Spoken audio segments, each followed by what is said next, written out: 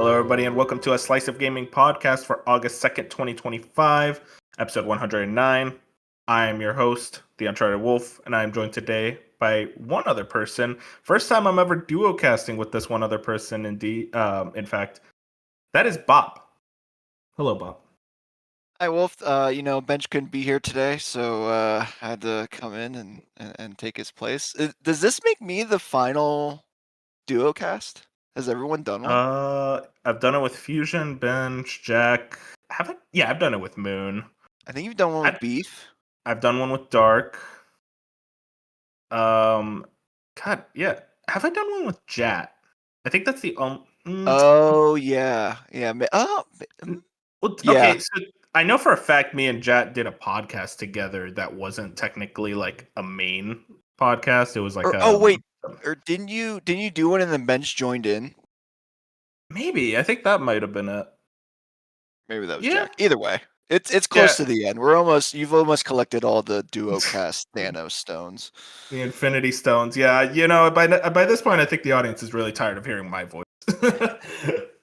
It's like, oh great, it's Wolf again. Maybe we could get someone different, but nah. Well, hey, audience, if you're tired of listening to Wolf, just go back and watch the Split Fiction meal prep, or what do we call No that? spoiler cast. Yeah, Food comas. food coma. Yeah, just watch that over and over again because that's the only time he doesn't show up. Is that no? There's definitely been another PC Oh, content. there's been other ones. Oh, there was the Cyberpunk spoiler cast that Bench and Jat did. That's right. Yep. Yeah, that's the only other one I can think of. Not But a yeah, lot though. I guess it's just you and me today. But Bob, hope you're doing well. We talked a little bit that you got both a lot going on and not a lot going on, which is just I think that's my like permanent state, honestly, if I'm being Yeah. real, because I'm always busy and also I'm never busy. Yeah. It's Uh, it's hard to say no to things. I feel that, man. All right. Well, let's just get into it. If you guys want to find us, we're on YouTube, Spotify, Apple Podcasts, on Twitter, and Blue Sky at Slice of Gaming. This is also the first episode that's going to only be on the new channel, so we're hoping you guys found it. So yeah, it's a Slice of Gaming. That's our new YouTube channel.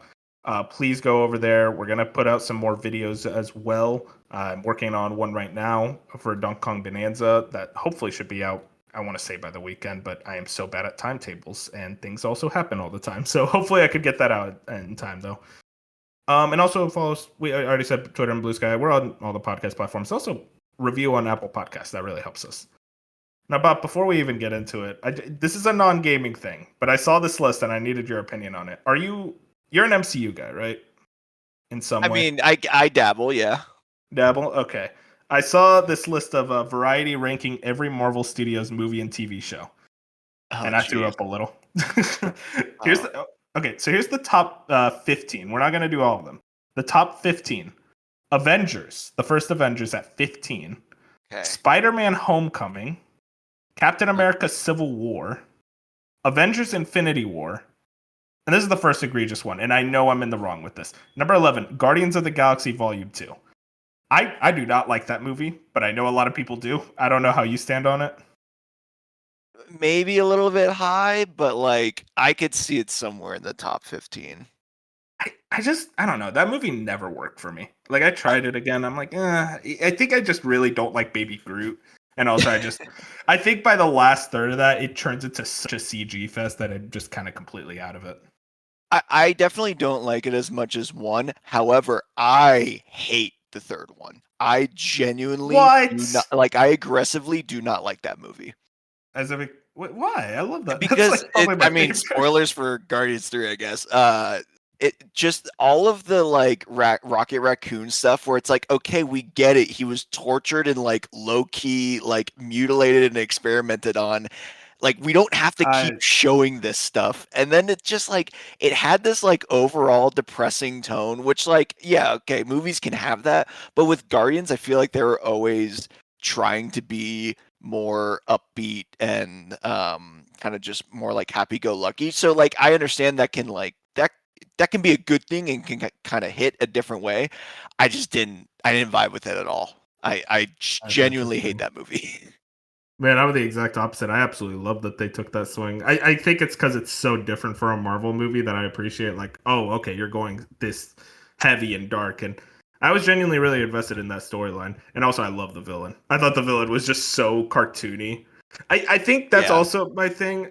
People really love like really developed and like, oh wow, maybe he's a good guy type villains. I like the cartoony, like this guy's just an asshole. Like this sure. guy's like got a problem with everyone. But yeah, I guess I can kind of understand your take. It gets worse, by the way. Number 10 is Loki. Okay, yeah, it's already worse. All right. Yeah, yeah, Loki. What was it like? People really liked season 1, but season 2 was kind of a disaster. I don't think I even made it to season 2. Oh wow, I okay. thought season 1 was fine, but yeah, it nowhere. Definitely would not sniff the top 10. Number 9 was Thor Ragnarok, which I love that Yeah, movie, so I'm happy with that. good one. Number 8 was the first Iron Man, which yeah, that's a really Sure. good movie. Number 7, Spider-Man: No Way Home. I feel like as I get Oh, removed from that movie, I'm like, man, that really was just a nostalgia fest. There wasn't correct. that much Yeah, to the it. only reason that I like that movie is because they got all the Spider-Mans in it. I could not Yeah. tell you anything else about it. Number 6 was X-Men 97, which I still haven't watched, Oh so I yeah, can't I've say heard good anything. things. Yeah, which, I look at that, it's like, that makes sense. Number 5, Captain America: The Winter Soldier, which I think that movie's awesome. Yeah, Like, I this is also hold that movie very high. I think it's great. number 4. This might be the most egregious one. WandaVision. Oh my god. Okay. Sure. I I was like, feel which TV show did they rank too high? And it's like, okay.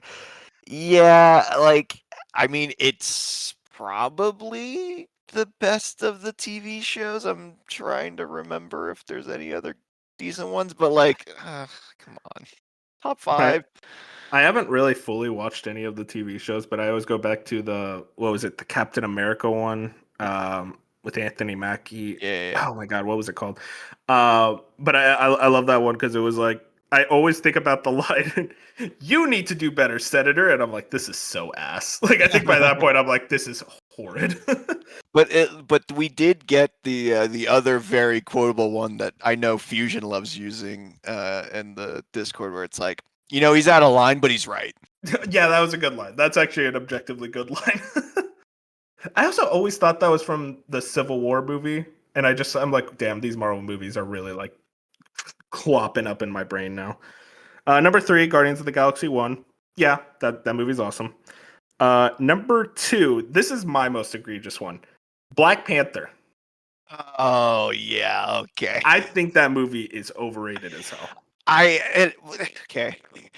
The problem with criticizing Black Panther is Yeah, like yeah, you don't want to be that twofold guy. now, Well, and I think it's the way I rate it is I just don't think it's a very good movie. I like the Black Panther character. I oh like yeah, Chadwick Boseman a lot. Rest his soul. He was amazing as that role. And I do like a lot of like the Wakanda vibe, and I think Killmonger is a great villain. But I think my issue with that movie is that it just feels so like all over the place in terms of pacing. I think the action scenes are just bad, like just genuinely really bad action scenes. And I was thinking about the CG rhinos, and I'm like, I don't really like this movie. yeah. I think for me, granted, I have not watched it. I should rewatch it because there are two movies that permanently ruined the going to see a movie the night of, like release Yeah. day. It was this movie, and it was Star Wars Episode 8. And both times the crowds were just so loud. And it's not even like, I'm fine with a crowd reacting to things. And I will say, Mhm.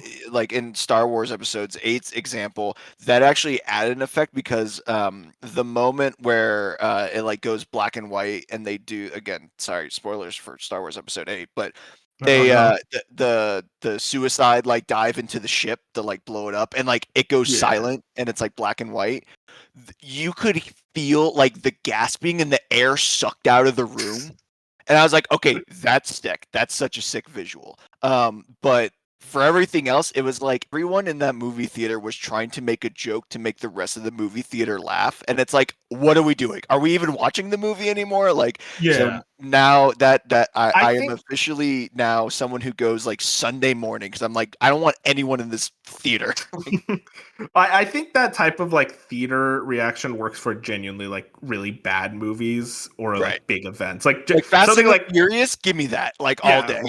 that's me with like the Five Nights at Freddy's movies. Like I cannot wait to watch the second one in theaters to opening night. What's it called? But yeah, Black Panther at number 2, and then number 1 Avengers Endgame, which yeah, okay, fair. You know, and it's interesting too because like I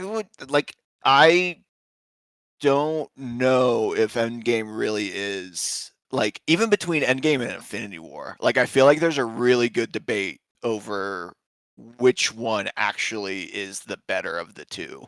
Um, Hmm. but like yeah, I mean it makes sense like just from a big picture perspective, but like on its own, Yeah. I don't know. But like The- also I don't blame anyone for putting that at number one. I honestly think the bottom part of the list is actually kind of more interesting, honestly. I'm gonna go from 44 to 54. Number 44 was Falcon and the Winter Soldier, which is the one we just shit on, which, yeah, that was bad. Sure. Number 45, Captain America Brave New World. Literally didn't hear a single good thing about that Yeah. movie. 46 was Eternals.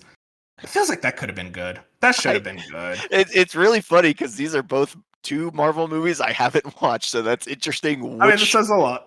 yeah, Number 47 is Echo, which I didn't even haven't realize seen came out. haven't seen I, that one either. number 48, Iron Man 2.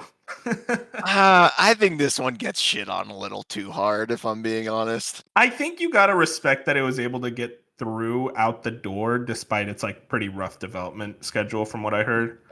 So it's like you kind of respect that, but it's also very disjointed. But Sure. also that's the first time we got God, what's his name is War Machine. Don Cheadle. Yes. Yeah, Don Cheadle. I like Don Cheadle. Yeah. Number 49, The Incredible Hulk, which is the one before they got Mark Ruffalo as Hulk, which I find Oh funny. yeah. Edward Norton, right? Yeah, that's it. Yeah. I didn't Uh, hate that movie, but like, yeah, fair. it's just like it's the least MCU one, Sure. honestly. Yeah. Kind of felt like Yeah. they didn't know what they were doing still. Absolutely. Number 50, Thor: Love and Thunder, which yes, that movie fucking sucks. The more I think about that movie, Bob, the more depressed I get because I I don't think I really saw that one either. good man because I love Ragnarok, and then Love and Thunder came out. I'm like, oh wow, this has nothing good about it. It also had the screaming goats, and I'm like, it is 2022, guys. Oh man. 51. This seems aggressive. Moon Knight. Yeah. Yeah, you didn't like it? Aggressive, yes, but like also in the meh category. Yeah, fair enough. 52 is Quantumania, which Was yeah, it Ant-Man? yeah, the Ant Man one. Yeah, Yeah. that was it. Yeah, I still get flashes in my head about that Modoc, what they did with him in that movie. uh, Yeah. 53, not the last place one. I was actually expecting this at last place. Thor: The Dark World. I was gonna say they're gonna be cheeky and not put the obvious one at last because they want like some sort of Thor 2 fan to just spam their comments and get their clicks in. Yeah, I feel okay. I don't think we either of us have watched the last place one. What do you think it is? It's a TV show, Uh, obviously, because the TV shows oh mostly yeah, suck. sure. I feel like you wouldn't even remember this one. It kind of came and went immediately. Not like the Agents of Shield. No, that's not MCU. Or was it? Oh Oh no, technically it was, but it was like Netflix MCU. yeah. Give me like one hint. It stars the boy from the Avengers, like one of the characters from the Avengers, but not the not what you would think. Sure. Yeah, that actually didn't help. I got nothing. Okay, yeah, it's Secret Invasion. Oh my god, yeah. Okay, sure. Yeah, no, that one is like hilariously bad. Yeah. It's just like, man, especially remember they used AI in the opening, and I feel like Oh that's so yeah. egregiously bad that I'm like, yeah, put it below Dark World. That's fair. Yeah, fair. Yeah, okay. Yeah, and that's fair too, because then it's like Thor's still the worst movie, and like yeah, the TV shows. Yeah, okay, all right. Any specific one you want to know the placement of before we move on? Real quick, this one's really funny. 34, 33, 32. Captain Marvel, the Marvels, Miss Marvel. Yeah, that's Just fair. all the exact same quality. How many are there? 54? 54. Yeah. So what's 27? It's like the 27. halfway. What is their Uh, halfway? Daredevil Born Again. Okay, that's so funny. All right, yeah. I didn't realize that came out. Huh. Wait, that's Uh, the continuation of Daredevil, right? I believe so. Of the Netflix one. Yeah. Yeah. Okay, that's Yeah, weird. isn't our boy in it? I thought it was good. I thought it was good, but here's my problem. I always just assume I always know if a Marvel thing is good or not. It's like, what did Kind of Funny think? And they think all of it is good. So Yeah. so if they think it's bad, then it's like, damn, it was terrible. Right. That'll be a Uh, theme for a different conversation, probably in a oh, little later bit. today? Yeah. Okay. Okay. I'm interested.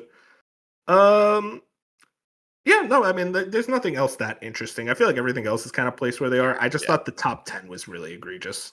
Yeah, and we speaking of kind of funny, maybe we'll steal their shtick and do one of those re-rank. What they do the redo I, the top 10 or yeah, whatever I relist? want you to know there's so few things in this world I want to do less than watch all the Marvel TV shows. Oh yeah, I mean I couldn't even keep up with the movies. It gets ridiculous, yeah. Because it's just like when it's like about a character you don't care about, then it's like, why do I care to Yeah, watch it? right. And that's how I felt about Thunderbolts, where I'm like, I don't care about these guys. I don't want to Excuse watch me, this. those are the new Avengers. Didn't you see I their whole marketing Listen, campaign? I'm sorry. I just think it's dumb. I don't care about these guys. I care about like Iron Man. Like you're not the Avengers. You're the bum ass Avengers. They also just like that was like a perfect like okay they are too in the weeds on this like appealing to like the hardcore internet like whoa Oh my deceiving god. expectations whoa it's like dude just call it the new Avengers and move on like what are we doing here? Because it was also like the day after the movie came out, and I'm Yeah, like, like what are we like a doing big here? drop. Yeah, right. And You it's could like have dude waited like a week.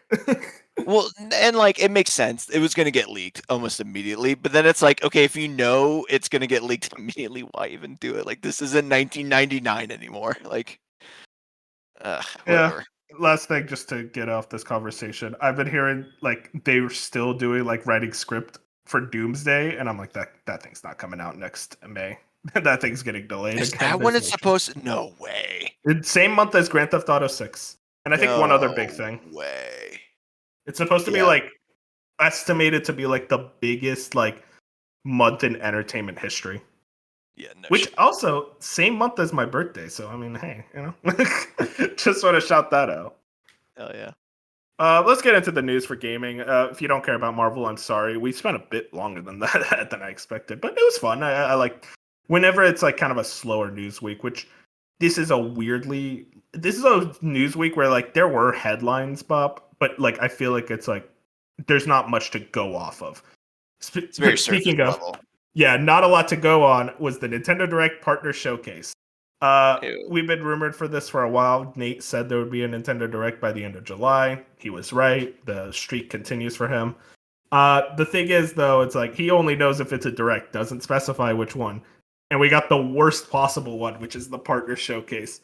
Let me tell you about. Remember when Partner Showcases were first announced? Yeah, I mean, would you say that's worse than like the what is it, the minis or the Yes. Okay. Minis can have first party games, that's why. I guess that's fair. Yeah, I mean, like, because like you could ask a Nintendo fan what they want to see out of Direct, they want to see the first party games. Sure, Because sure. like all these third Yeah, parties could have announced their stuff anywhere. I guess that's a fair point is that it's like partner directs very much feel in the same way that state of plays have kind of drifted into where it feels like marketing obligations for a lot of Hmm. these and you're And I not think, really getting like the what they really want to show yeah, and or what the also it's people like want to see. when partner showcases were first revealed, they were called Nintendo Direct Mini Partner Showcase. Yeah. So like minis are the same length as these, which is like 20 minutes. Hmm. So yeah, immediately unexciting. It was funny Bench tagged me like 5 times about this thing, and I'm like, what are you expecting? I'm sorry, buddy. Like, Well, I don't know what you want me to say. And I we'll mean, get he seemed to have gone well for him. we'll get into it afterwards, but I think the expectations for this might have been a little bit higher for some people just because of the ambiguity of Nintendo right now Yep. with their lineup, because we haven't really I mean, seen let's get this into it right first. now. Yeah, okay, go for it. Yeah, I think right now, I think Nintendo fans are as a whole very frustrated because we do have games on the horizon that are exciting for the fans, like Age of Imprisonment, like Kirby Air Riders, like Metroid Prime 4, like Pokemon Legends ZA. Only one of those has an actual date, Yeah, which is yeah, oh, and also Drag X Drive. I'm sorry, I almost forgot. But only one of those games has a date right now. So right now we're like, okay, when's the rest of those games being dated? And we get nothing. And I think what's so frustrating, Bob, is you kind of understand when certain games get dated is like, okay, around like 4 to 5 months, maybe 3 months. Nintendo will do the month before, and it yeah, will happen on any day. It will happen on a random Tuesday at 8 p.m. Hey, here's the Prime 4 release date. And I think this like kind of feeling of like worriedness and skepticism about this year, the rest of the year for Nintendo, I think by like the January next year is like going to completely go away. It's like, okay, we got all those games. But I think right now, as Nintendo fans, we're very frustrated because we want to know what these games look like, and mainly, I want to talk about third party. What the fuck is this rollout of dev kits? Because apparently, like Bandai Namco are the only people you trust Nintendo, like Bandai Namco, Sega, and Square Enix, yeah. and EA with these sports releases. It feels like they're weirdly being conservative with dev kits and not allowing just this deluge of ports that I think you and me and a lot of other people expected. And it doesn't help that even the ports that are announced, like Elden Ring, still don't even have a date. And we thought we would at least get that here. We didn't. And I feel like it's like by now we would have at least expected a lot of ports, get those out of the way, and then oh, here's the new third party releases. And at the end of the day, I'm gonna be more excited for new games. But it's just kind of weird to me that this is a partner showcase for the Switch 2. You would think everyone would be like, all these third parties would be pushing aside everything to like, okay, we need to get a game for the Switch 2 in its first year. There's 26 games here. Yep. One of those games was a campfire fucking simulator that they spent like a minute on. Don't talk about the game of the show like that. Come Okay, on. I'm sorry. But yeah, I want to get your thoughts on all that. Yeah, I mean, I think we're very much in the same part. I was when I was thinking about like what word I would use to describe this direct, I would say annoyed, because Mm-hmm. it's for the similar reasons where like I even went in with low expectations. Like I knew it was like I knew we weren't going to get Silksong. I knew we weren't going to get Hades. I knew we probably weren't going to get Elden Ring, but then at the same time it's like why am I thinking that way? Like this system just launched, Yeah. and I know Bench always points this out where like we went through that summer and no one had Switch 2 logos on their trailers or their press kits, and everyone is being still, even after the system launched, be cagey about it. No, there were no new trailers coming out being like, oh, this is also for the Switch 2, blah blah blah. And so you start this thought starts bubbling within the community of like, okay, they're clearly waiting for a big blowout or like a big thing. And I feel like this, which like I said, kind of raised the expectations of this direct, because it's like, okay, here's the third Mm-hmm. party, here's where we get our big blowout, or at least an update on stuff. And the fact that we didn't really um it's bizarre because yeah, we already Yeah. knew Madden and FIFA were coming to the Switch. We did not need another trailer with an already known release date for those. Um, I think one of the biggest egregious ones was Hyrule Warriors. We saw another trailer that it's like, okay, I don't know who was really asking for No this date. trailer, but to not have a date on it is just an insane move. Because you already kind of like talked about the year. Which, like, again, to your point, it's like maybe that game is right along schedule and nothing's wrong with it, but the fact that you went from like a time window to nothing is weird. That is just weird. And it's, for me as an Xbox fan, we had this discussion back during E3, but it's like, okay, Xbox is clearly on the other side of the spectrum where they announce things way too early, right? And that has its own pros and cons. This is clearly the other side where it's like, we're Oh yeah. just not going to say a single thing. And then, hey, look at your Nintendo today, tomorrow for the release date. Like, just figure it out on your own, I guess. I think it's just this weird thing where Nintendo has this feeling of like we don't want to announce a public delay. They rarely do that. I think Animal Crossing was one that was delayed from 2019 to 2020, which really worked out in its favor, if Sure. we're being honest. And then there was one other big delay. Oh, okay, technically a weird delay. Splatoon and Xenoblade 3 swapped release dates, but they pushed something forward for that one. And it's like I think Nintendo just has this mantra of, well, we don't want to like put out this date, and then it's like actually we still need more time to work on it. But also that kind of goes against us. Like they finished these games earlier than like a lot of other AAA devs. Like they'll be finished with these games for months on end. So why are you waiting so long just to tell us a date? And again, none of this is going to matter in like a few months' time. And by the end of the year, we're going to be completely like, oh, we got all these games, we're happy, blah blah blah. But I feel like you constantly putting the audience through this where you wouldn't tell us the developer of the Donkey Kong game, so we're constantly like asking questions, articles about anything other than, hey, let's be excited for the game and write articles about how cool the game looks or something like that. It's just all this weird stuff that poisons the well around Nintendo discussions nowadays, which is frustrating. And they've always kind of been like this, but it feels like it's so much worse when it's the console's launch year. Yeah, I mean, yeah, I'm right there with you. And I think the other thing is just like, yeah, people have talked about, they're also being careful because of the piracy stuff and like cracking down on that. And it's like, okay, well, first off, they already clearly locked down the console this time around. Give it a year. Like we are not anywhere near the Switch One levels. Granted, it's gonna still take some time, but like they locked it down. They did their job. So I just don't understand why it's like this is the time to capitalize on a new launch of a system, and it just feels like they're not. They're acting like they're already halfway through the generation and don't want to say too much and want like this constant cycle. It's like, guys, you just launched the console. Everyone, like, sure, there's you still have to kind of pay attention to get one, and it's not a free open supply yet, but like still, like what are we doing here? And my last thing is just like it reminds me you know what this whole just cadence reminds me of? What's up? NSO.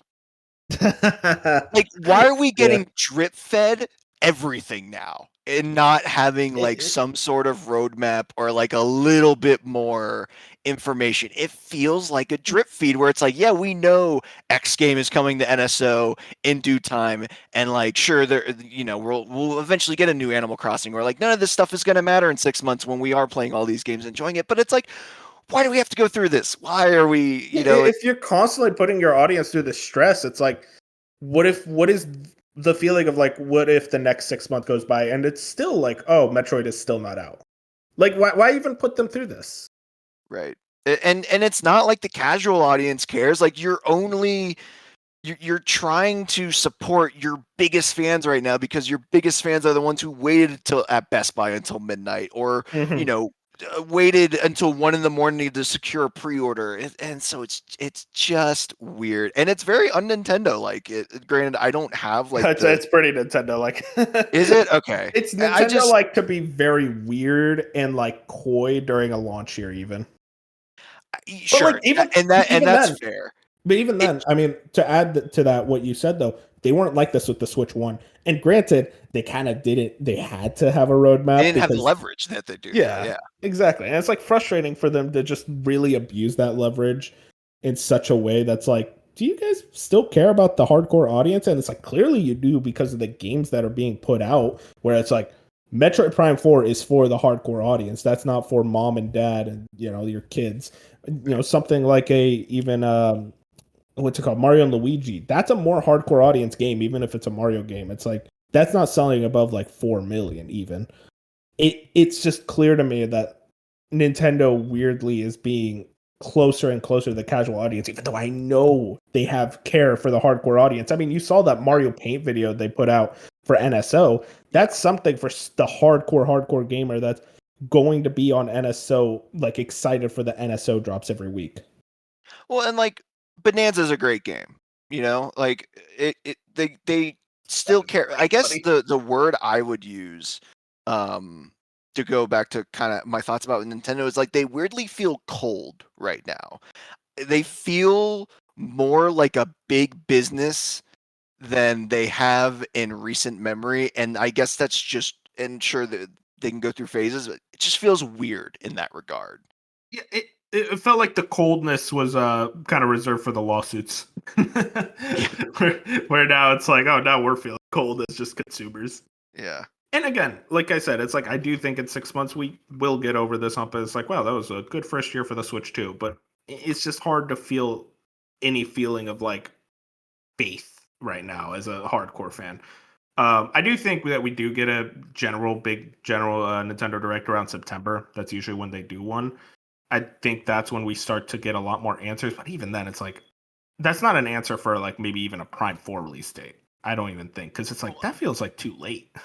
and that's my problem, is that after just everything that has happened since right before launch up until now, and granted, I know it's already kind of been, leaked or where there's smoke, there's fire and stuff like that. I just genuinely don't think we're getting another meaningful direct until next February. I think they have just been like, yeah, we'll, update you here and there on release dates. We kind of already got our fall slate. Like there's nothing else coming. And like come back next year when we tell you what's going on in 2026. And like that sucks, and I don't want to believe that, but that's kind of where I'm at with Nintendo, where it's like, okay, I'm not going to constantly get in this hype cycle. And like you've seen it in the Discord, I've just kind of been negative about the direct rumors in general, because it's like I do not want to get hyped up right now until they actually show me something worth getting hyped up about. No, that's fair. My argument is that they do still need games for January and February that they want, and I think that's something they at least put in like a direct, and they like to at least like kind of say, hey, here's the rest of 2025, like October through December in their September directs, but also it's like here's some stuff for 2026. That's kind of how they treat that September direct. Sure, and that's kind of my point, is that that's how they usually treat it, and I'm like, I don't know, man. I just feel like this is gonna be the year where they just tell us to buzz off, like, and we'll see you in February. I think honestly it would be better if like Nintendo today was at least better about delivering the information. It's like we did get major tidbits through it. It kind of just feels like it's like, did you know Link's eye color is blue? It's like, okay, no thanks. And then randomly it's like, oh, Drag X Drive, here's the new gameplay trailer on the day app. It's like, what the fuck? So Mario's a cuck.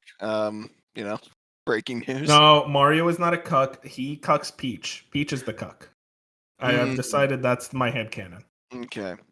Because Peach always invites him over for cake and is like kissing him on the cheek. But I think Mario's just like, she's a really good friend. That's a pal. Okay, all right. What are you disrespecting my goat, my king? No, I just thought that was a fun. They also don't like. They never actually. Like, it's so funny how they worded it, because it's like, oh yeah, they're just best friends. Like, you can date your best friend. Like, they never like. Maybe that's how they possibility of it. Maybe that's it. I think we need to ask Miyamoto. Yeah, that's true. Yeah. Let's get into the actual direct. There was a good there was an amount. There was an amount. Let's go over our highlights. I'll start.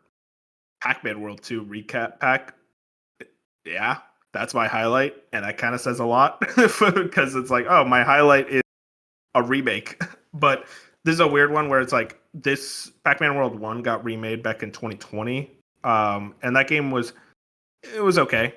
Oh no, I think it was 2022. I always forget. But yeah, it came out and it was like, it's okay. and then it just came and went. And I think everyone was like, no, Pac-Man World 1 is kind of like the lame one. Pac-Man World 2 is where the kind of like 3D platforming really takes shape, and it's a ton of fun. So I think everyone was really just excited for this one. And yeah, now here we are, finally. I have Pac-Man World 2, the original, on PS2, and I kept holding off on playing it because I'm like, I feel like they're going to announce Repack sometime soon. And it only took like 3 years, but here it is. I'm very excited for this. I don't think you care about it, Bob, but yeah, September 26th is fucked up. I think that's the same day as Silent Hill F. So that's kind of funny. It's a real Barbenheimer moment. Yeah. Funny enough, I think it's 2.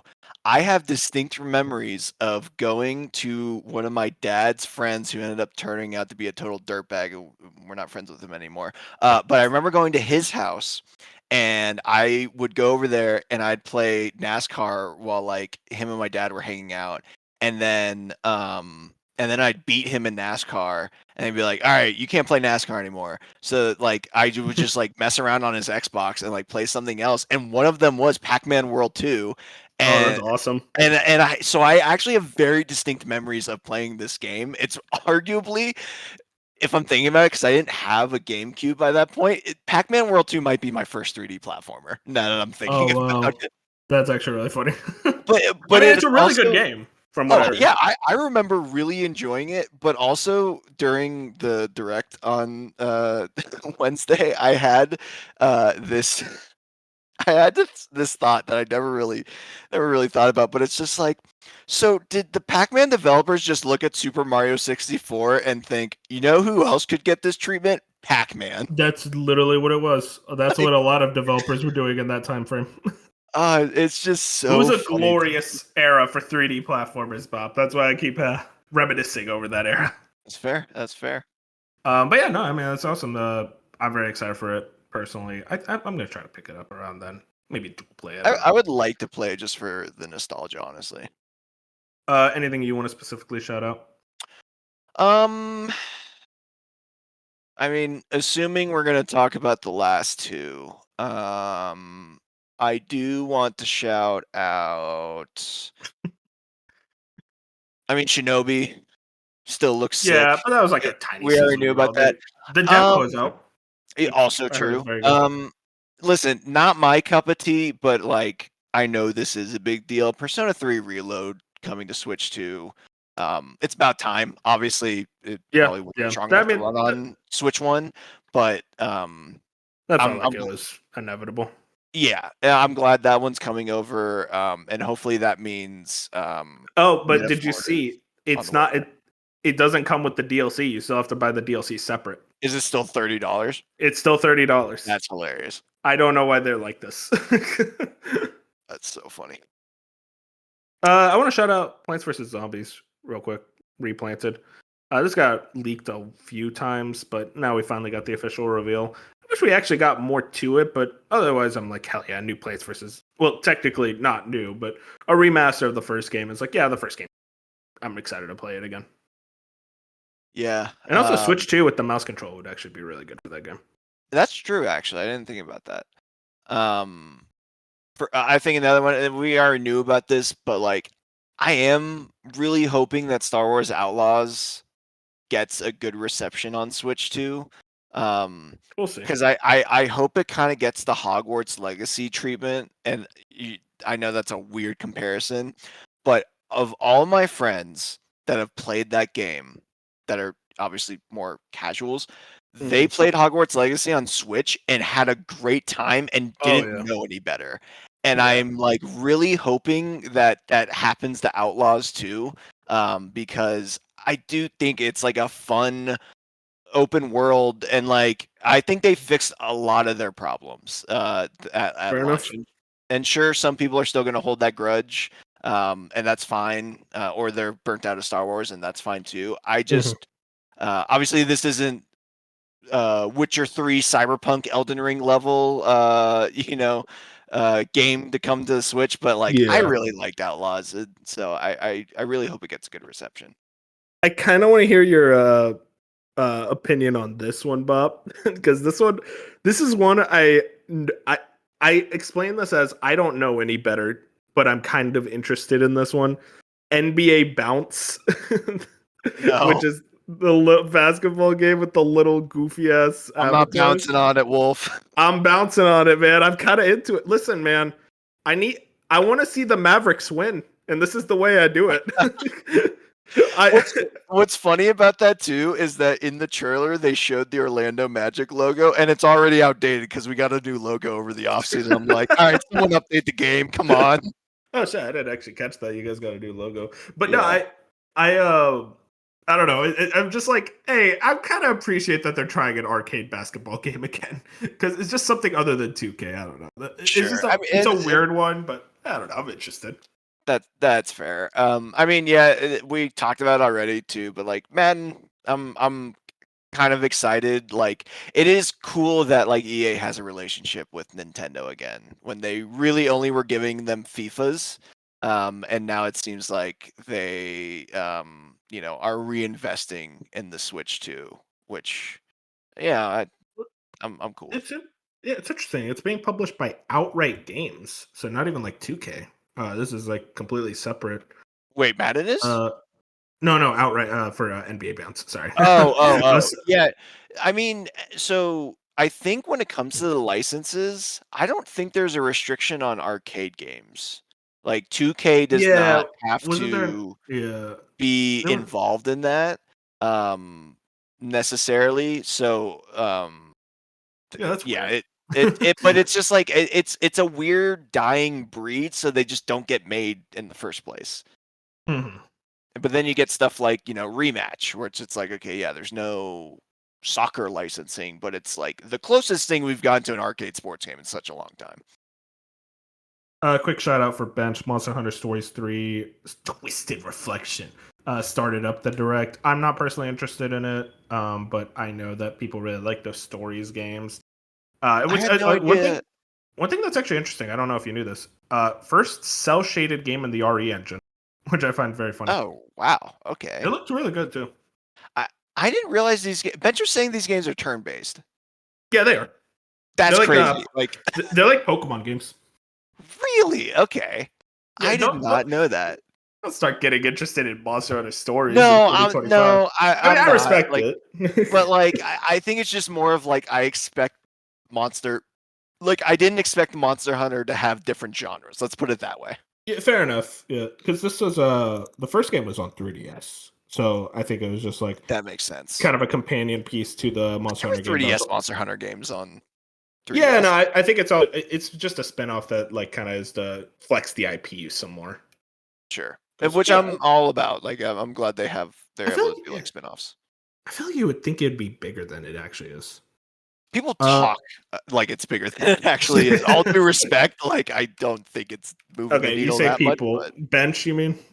No, even like I think in general, I think the Monster Hunter just name does a lot for this spinoff. But like, hey, it's it's cool. It gets it still holds, it sells well for what it is. Oh yeah. Once Upon a Katamari, we got a new Katamari game, which is very exciting. I haven't played a Katamari. That's like one big one on my backlog, but it's cool that we're actually getting a new one that isn't stuck on Apple Arcade. And as you can tell, I'm running out of stuff to talk about because we need to talk about Chilling by the Fire, Bob. Yeah. This right here, I want to use this game as a thesis statement, Bob. Okay. So stick with me. Nintendo, you really need to figure out what actually gets like a highlighted segment and what doesn't. You showed Shinobi and saying it's getting a new demo, and that's in the sizzle reel. Borderlands 4, that's a major game getting ported to Switch 2. That's a sizzle reel. Granted, these are games that were already released with release dates, but at the end of the day, they're games that are substantially bigger than Chillin' by the Fire, which looks like a Unity flipped asset bullshit game that I feel like you only did a segment on because it uses the Nintendo Switch camera. That's game number 3 with the Switch camera. And you're like, oh my god, guys, look, you can use the Switch camera. I think this game is a fucking joke. It's $15, which is even more of a joke. Crazy. At least a shadow drop, though. So I don't got to see it on game release date calendars. Anyway.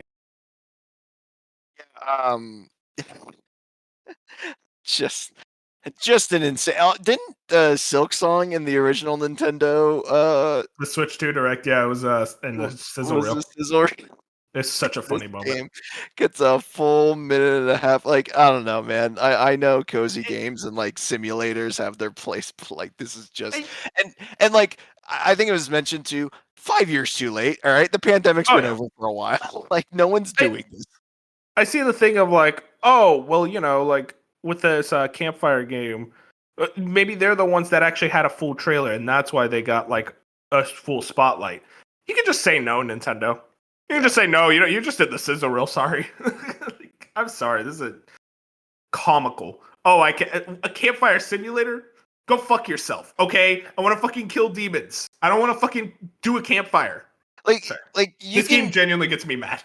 You can do like a picnic with your Pokemon in Scarlet and Violet and Sword and Shield. That's like essentially almost the entire premise of this game. Exactly. It's just what are we? Ghost of Yote has a campfire mode. It's a campfire mode, not a game that's $15. Sorry, I stopped talking. Yeah, and also too, the cameras are not going to work that well. Oh yeah, no, of course. I got to get that Piranha Plant camera. That's 480p still. Real quick, Yakuza Kiwami 2 was announced for Switch 2. I don't know why they always explain the combat in Yakuza games like this is the first one that's ever coming to any platform. I think we get it. Like I don't know why they always do like a segment, but hey, that's really exciting. And apparently Kiwami 1 is getting a Switch 2 update in the same day. Hell yeah. But let's talk about the last two games, which are probably like the bigger ones. I saw people really clouding one that Square Enix showed up twice in a row, which hey, I support. But also I saw people getting like, man, HD 2D games are so oversaturated. And I'm so confused by that, Bob, because I feel like there's like 6 of them. Yeah, there's really I don't understand. Like I understand critiquing the art style, but like we cannot act like, especially when another game in this direct that we didn't talk about, Final Fantasy Tactics, didn't do HD 2D like we all thought they would. Yeah, and it looks ugly. Yeah, right. And it's like I don't understand where that's coming from. I think it's just one of those things where the people who don't like it, every time they see it, it like resonates with them because it's a good art style, and so they just think it's everywhere. Because that's an insane take to have. Yeah, because I'm trying to think. It's like, okay, there's 2 Octopath games, and now the third one, the Zero, which is the prequel, which we'll talk about in a bit. There's Live Alive, Triangle Strategy, Fantasy Star, yes, the one I made fun of you for. Yes. I'm sorry. Good game. Yeah, no, I respect. I bet it. And it's real time action. It's not turn based. Oh, is it not? Mm-mm. Oh, okay, that's actually cool. And then there was one other one that got remade, or maybe I'm misremembering. But yeah, I mean, Dragon. Oh, Dragon Quest. That's it. Yeah. No, the trilogy. Which again, it's like there's like I said, there's like 6 of them. There's like less than 10 of these HD 2D games, and I feel like I saw a tweet that like perfectly encapsulated. It's like I feel like people who complain about HD 2D are not playing these games, and I was like, yeah, that's really it. Because I feel like the people who are playing these games are like, yeah, give me more. Well, and like you're allowed to not like an art style. Oh yeah, for sure. But like, to say like it's ruining the industry or I'm seeing it too much or too many games like this, like okay, let's calm down. Yeah, I think there's definitely some complaints. Like I think the bloom effect in some of them is really aggressive and gets in the way. For sure. But even then, I'm like, I don't know. I feel like they're like kind of improving. And one thing that's cool is like each one has like a different vibe. Like it feels like they kind of touch up the art and the way that they handle HD 2D in different ways. Like Live Alive looks completely different from Dragon Quest 3 remake, which is very cool to me. But yeah, I mean, to talk about the games themselves, talk about Octopath Traveler 0 first, because I feel like there's less to say. It's a prequel to Octopath Traveler. I really like both Octopath games, but I never beat them, and I feel like everyone who's played Octopath has never beaten it. I think it's like these are great games, but no one has ever beaten them. But I do really like them a lot. And this is a prequel. This is kind of, what I was seeing. It's more based off the mobile gacha game. It's effectively a version of that gacha game that they kind of repurposed to be a full console release that you spend money, just one-time payment. It's like 8-person parties. There's like a town building segment akin to Dark Cloud. I'm actually really into it. I think this looks really awesome.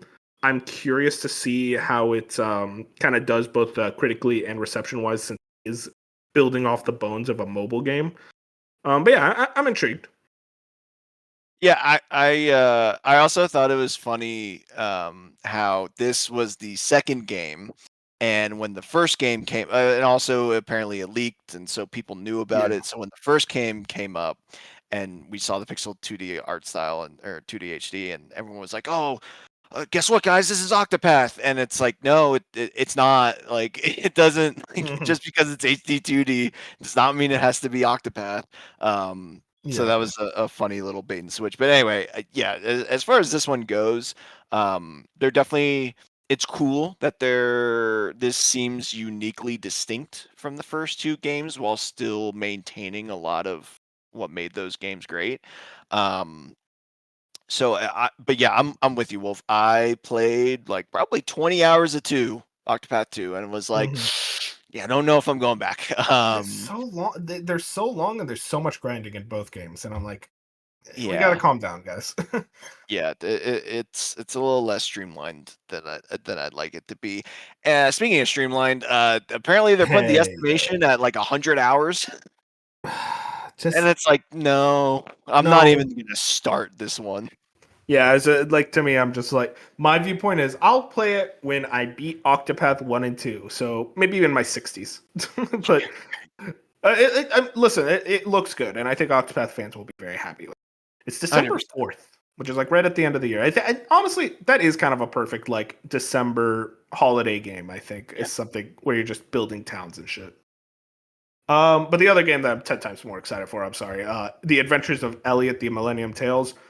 Horrible name, but this one looks awesome. This is effectively a Zelda clone in the HD 2D art style. It has RPG elements as well. I think this game looks incredible. There was a demo. I wasn't able to check it out. Did download it.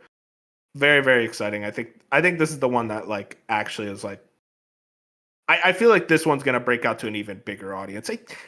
It would actually here's the thing. It would break out to a bigger audience if two things. One, Philadelphia or whatever the fuck they're calling it. Philadelphia. Yeah, let's change the name. And two, the fucking title. The Adventures of Elliot, the Millennium Tales. Just say the Millennium Tales. That's a pretty good name. I think that's a really good name. You didn't need to add the Adventures of Elliot part. But yeah, I'm excited for this one. I think this looks awesome. 2026 right now, so still a bit of ways off, I assume. But yeah, I'm very interested. Yeah, I'm also this one definitely caught my eye more. Also, I'd like to issue a retraction. Not Fantasy Star Ocean is what I meant to say earlier for the one Oh, HD 2D game. I mean, that says a don't know. lot about me that I didn't have. I just went Well, with it it. says a lot about me that I played the fucking game and couldn't name it right. But yeah, Star Ocean is what I meant. But speaking of, it's cool that we get another like active battling system instead of turn-based, and this one's doing way more. And like you said, I think Zelda's a pretty solid comparison, and Mhm. yeah, I'm definitely way more intrigued about this one, and I'm glad they're still doing um, just random new IP in this system, and kind of Yeah. spinning it up each time, and doing something a little bit different. And I definitely have this one on the radar for next year. Yeah, Square Enix has been really good about trying to get random new IPs every now and then. I think the problem is always the marketing of them. So I'm curious to see if, like, okay, will you guys actually market this one? That's kind of how I feel right now. But yeah, I'm very interested in it. But yeah, that was the partner showcase. I don't think we need to talk about Hello Kitty Island Adventure Wheat Flower Wonderland. Man, so real quick, Jackie, our boy Jack, he wrote down everything. He really wrote the full title. I feel like I would have given up by Hello Kitty Island. It is. Yeah, I feel like that gets the point across. But yeah, if I had to give it a score, just 5. That was average. I can't. I'm the type of person, Bob. I just don't get really upset at any showcase as long as I get a 1 or 2 things. So when I see people, it's like, I wasted 28 minutes. I'm like, I wasted 28 minutes. Like, I guess it was like 28 minutes. It's hard to get that upset, but it was everything surrounding the showcase about like the lack of talking, as we talked about earlier, like before we even went into everything. It's like that's my upsetting feeling right now when it comes to Nintendo.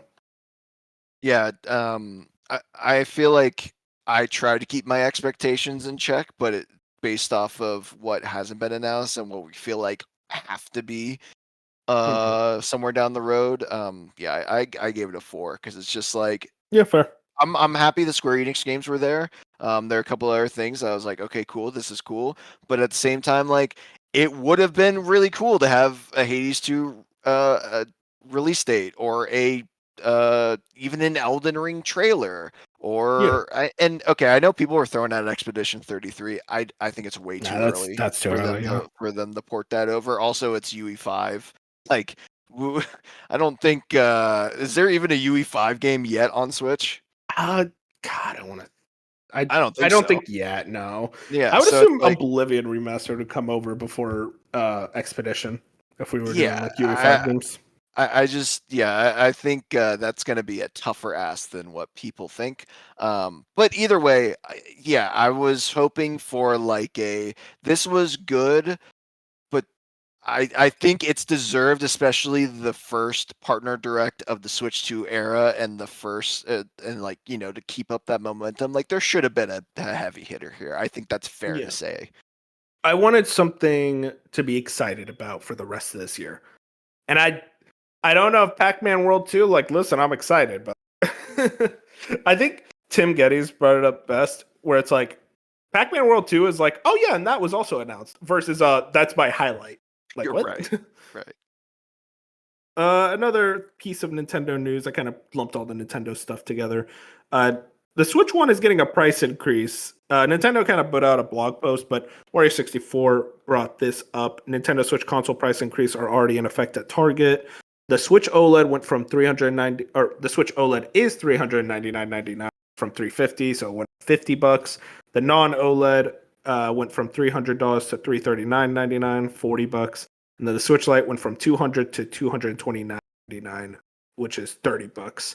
Alarmo went up $10. Fucking bop, you got me. You got me. You got it before I did. You got it before the pricing. And then Joy-Con 2 controllers are from 95 to 100. And then Wario brought up, it looks like Target reverted these prices back to the original pricing. So either Target realized they adjusted prices too early and changed them back. The price update was incorrect and could be different on August 3rd, which is when Nintendo said they would put the price increases up. I think it's the first thing. I think these were the prices and that Target put them up too early. Because I think also, I may have missed this, I think Amazon put up the prices of some things. I might be wrong though. I don't know if you've been keeping up. I did not see that. I only saw Target. Okay, so right now we don't know much. Kind of insane. Remember when consoles got cheaper? But remember when like the PS4 would come out and it's like, hey, you can get the PS3 for like $100 now. That's just not the world we exist in. Right now they said this is only in the USA. I assume a lot of this is because of the tariffs that I haven't really been keeping up with, but I think they went into full effect now. I don't know. It changes every couple weeks at this point. It's just a problem, but yeah. Yeah.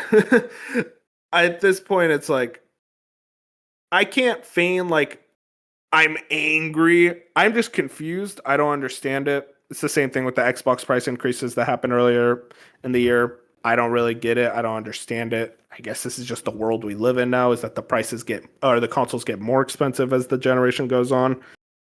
It's frustrating. I think it's just like, I understand why some people would be annoyed. I don't understand that much being mad, because it's like, I feel like I already own a Switch 1. I own the Switch 2. But also, I mean, like, again, I think this is just Nintendo kind of going like, we don't want you to buy Switch 1. We want you to buy Switch 2. We're pushing you towards the Switch 2. They're kind of utilizing the Switch 2 because that didn't get a price increase at all. And I assume that's a lot of that is due to they kind of want to use it as a loss leader. Yeah, like the thing that sticks out to me with this is like enough people are still buying a Switch 1 to where Nintendo's like, you see well, the if you're financial gonna results? No, I guess we'll get there, but it's like, yeah, I'll pull it up. It's like well, clearly people are still buying them enough to where we might as well just like nickel and dime them, which like, okay, sure. But I like genuinely, if I knew anyone in my family, friends, coworkers who was like, yeah, I'm about to spend $400 on a Nintendo Switch OLED, I would take their wallet, put it under lock and key, and would not give it back to them until they change their mind, because that is quite possibly the worst like financial move you could make. I mean, we are spending $400 on a 2013 mobile chip. Yeah, sure, the OLED screen's nice. What are we doing here? A Steam Deck at that point is so much cheaper. You might as well just get a Switch 2 for $100 more, which I think is what they're, That's kind of how they want to view it. Yeah, get at. I guess the only people that win here are like the people like me trying to sell their OLED on Facebook Marketplace. Like, cool, I can add an extra $20 there to try and make a little bit more. Like, what are we doing? Yeah, no, I guess I just don't really understand it. I think this is a case where they want to utilize Switch 2 as a loss leader, and the tariffs kind of meant that a lot of the I mean, you said it yourself. A lot of these components are from 2015. How much more expensive are? I don't know. I don't get it. It's weird. It's dumb. It's Nintendo. Let's move into the actual financial results, which I found some just the big things. Switch 2 has sold more than 6 million units in 7 weeks. Stealth40k brought that. It's the biggest launch of any video game system has ever had. 6 million units in 7 weeks, Bob. And people were telling me this thing was going to fail. Yeah, those people were insane. But yeah, not much more to add there. Just pretty insane. But also, Nintendo announced Mario Kart World has sold 5.63 billion units worldwide. My favorite thing about this specific headline, Bob, was people going like, damn, people really wanted... The attach rate for this thing is really strong. It's like, yeah, because it came bundled with the console. Like, of course, the attach rate's going to be strong, I'd hope. But it kind of tells me, more interestingly, 400,000 people didn't buy the bundle or the game. So they played a welcome tour when they got their Switch 2. God. Yeah, I mean, yeah, who knows? I guess I wonder how that does work. Like, what do you buy? Maybe they bought Donkey Kong Bonanza. Like bought the Switch 2 or it's like a Bonanza. thing where it's like parents like waiting until Christmas to give it to their kids, so they just haven't actually activated or bought anything. I don't know. Maybe. Regardless, I was gonna say though, didn't at one point Breath of the Wild have like 102% attachment rate on the Switch 1 because because more people were buying it, and then people were buying like a second copy of it. So I was like, wait a second, yeah, that was we like have the more first Breath month. of the Wild copies, or because of Wii U, I think as well. Yeah, no, it was the Switch. It was the Switch version specifically. Oh, it was a Switch version. Yeah, okay. Yeah, no, it was pretty insane that time. And then also you brought this up. Nintendo Switch shipped 980,000 units this quarter, down from 2.1 million units last year. So yeah, almost 1 million people still bought a Switch this quarter, even with the Switch 2 on the horizon. I assume it's like a thing, Bob, where parent buys the Switch 2 for themselves, they give like a Switch Lite to the kid. Something like that. I just, who is possibly it's weird. still out there buying? Also, who is out there buying a new Switch? There's got to be a cajillion used Switches on the market right now because that's insane. Like, I don't know who these people are. Where are they? Show me, Nintendo. Show me where they are. One interesting thing that Pierre, by the way, Pierre 485, he always breaks down these financial reports, which I really appreciate. He brings up Nintendo DS lifetime sales are less than 1 million units away. Which, it's gonna be pretty clear. Like, Switch will beat DS. Do you think it beats PS2? Because that's at, I think, 163 million. What's DS at again?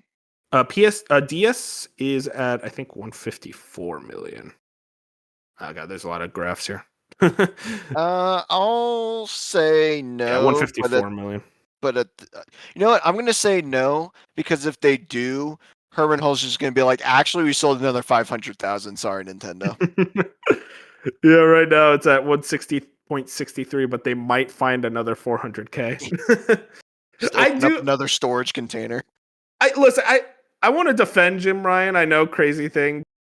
He said that when he said that, the last updated figure for PS2 sales was like a decade ago. So like, Yeah, I believe 100%. it. Yeah, like It was- it's just a really funny. it's very thing. funny.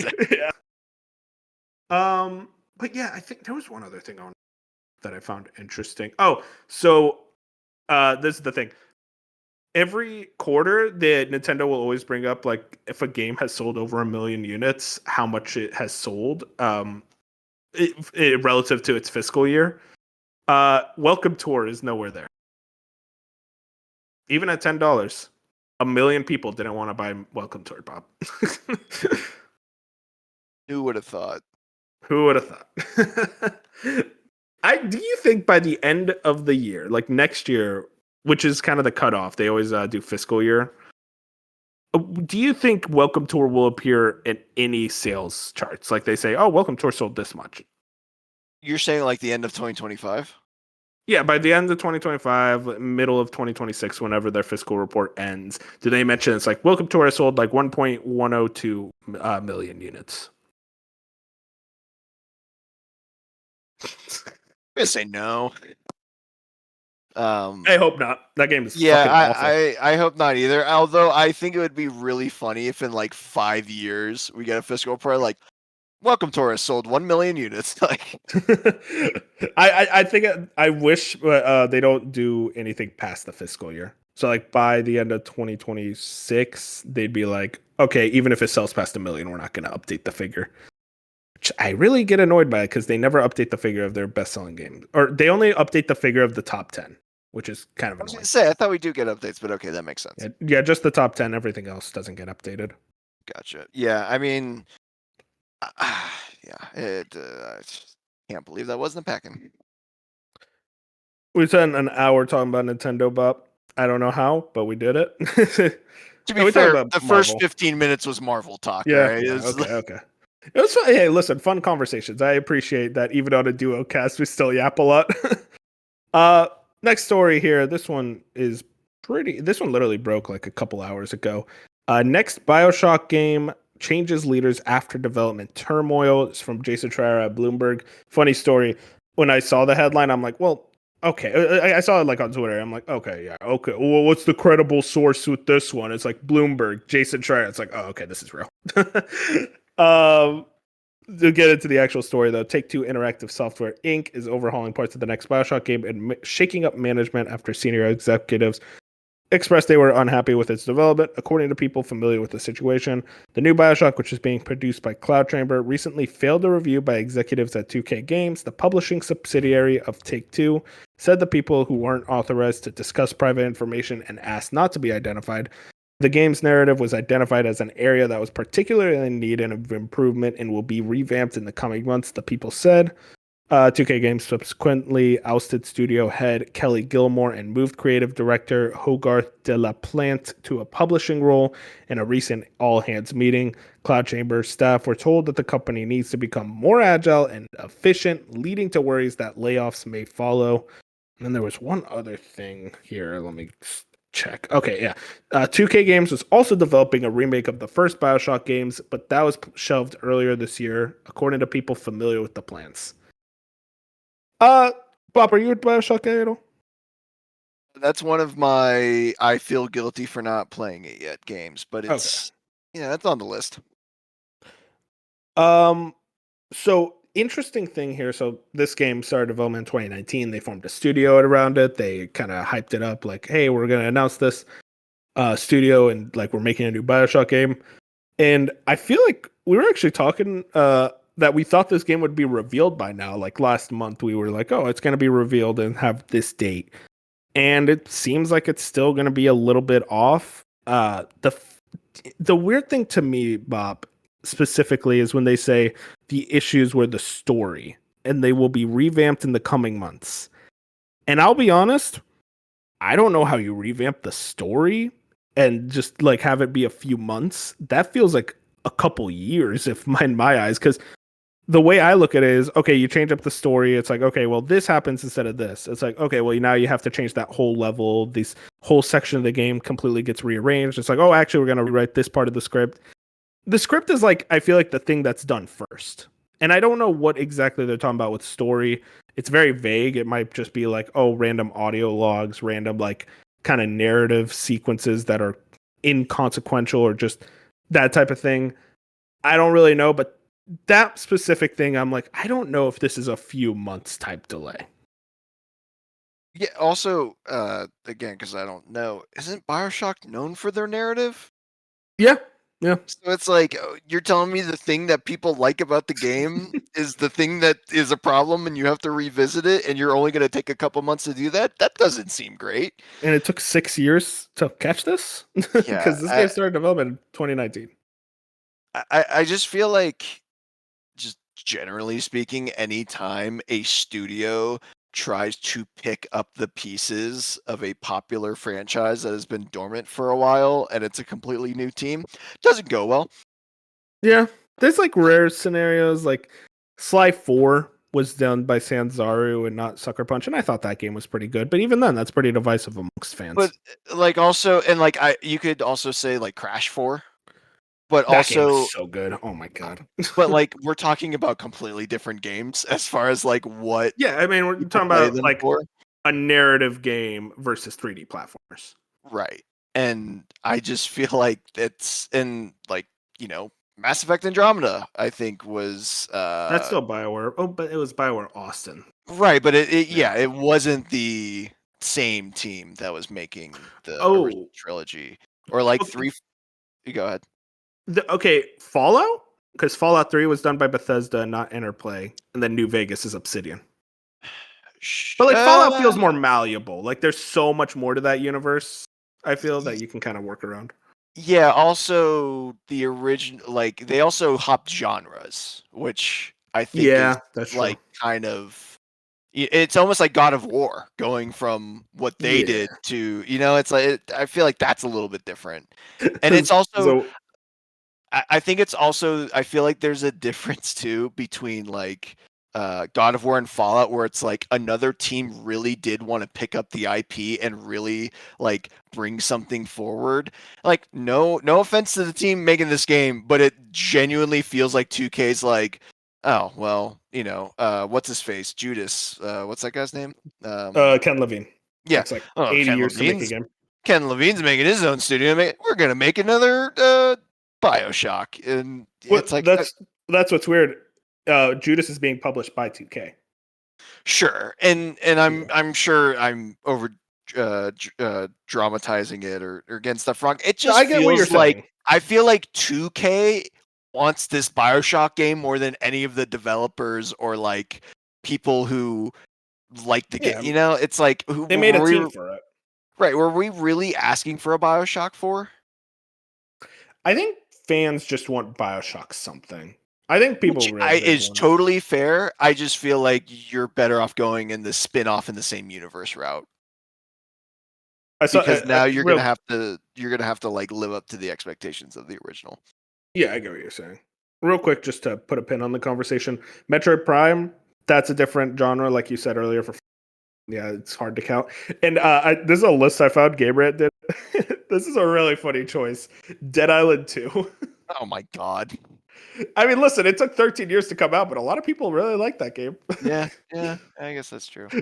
But to get back into it, Bioshock Remake, that being shelved, that feels more weird to me, Bob, because I feel like that's a game that's like, you just put it out. Like, I don't know, like, I get Bioshock's a very special game for a lot of people.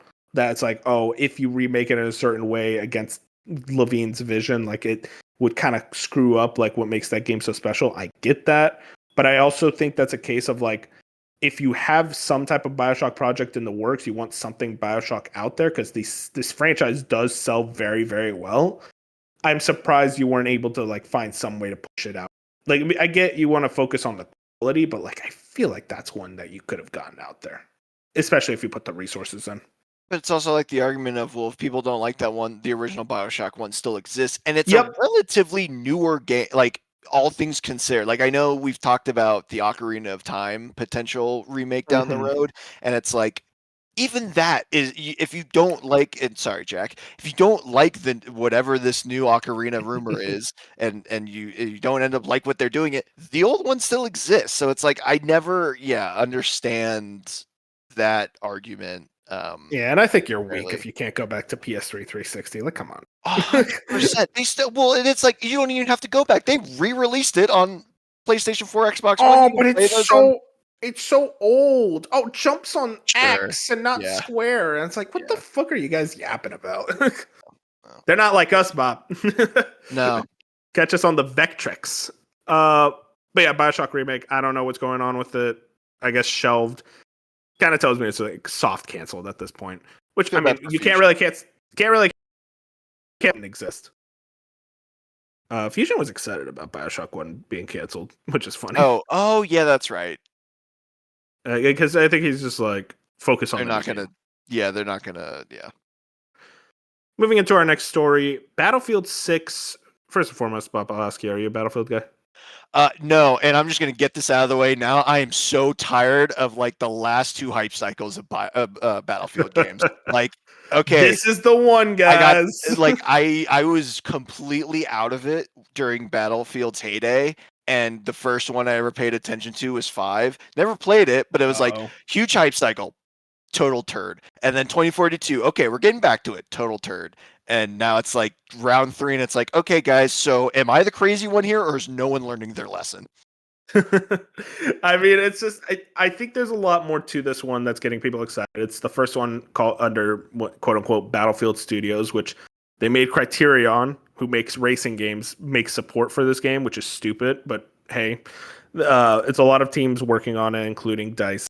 This is the first one that's being oversaw by Vince Zampella, who, if you don't know, did Modern Warfare 1 and 2, like the original games, as well as the Titanfall games. So he's kind of the GOAT of FPS games. And I think people watch the trailer and like all the footage, and it's like, this is kind of what we expect out of Battlefield. This is more of what we wanted. That 2042 and 5 were not. I think people have a lot more faith in this one. And I look at it, I see the trailers, I'm like, yeah, this looks a lot better. Having said that, don't buy this game on launch date, or at the very least, wait until you see how other people are doing on launch date, because you know the servers are going to be fucked up. So just wait. Like, hey, if you're not going to buy it Friday, buy it Saturday. That's kind of my. You see a scoreboard on the my gameplay God, footage. dude, the scoreboard. Oh God. Insane. Let's get into the details. Shinobi brought this up. Multiplayer reveal and details. Launches on PS5, Xbox, and PC on October 10th. We had that leaked. Open beta from August 9th to 10th, and August 14th to 17th. Gameplay designed to be more immersive, gunplay, etc. Rebuilt from up. 9 maps at launch, including remake of Operation Firestorm from Battlefield 3. The class system returns. Assault, Engineer, Support, Recon. Vehicles are back. A drag and revive system. You can hitch on rides. Lean and peek around corners.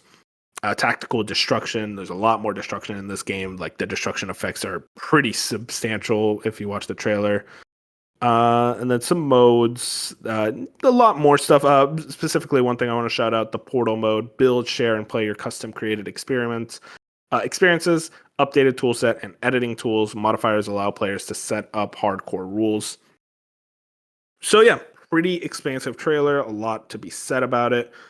I'm not a Battlefield guy either. I'm not really.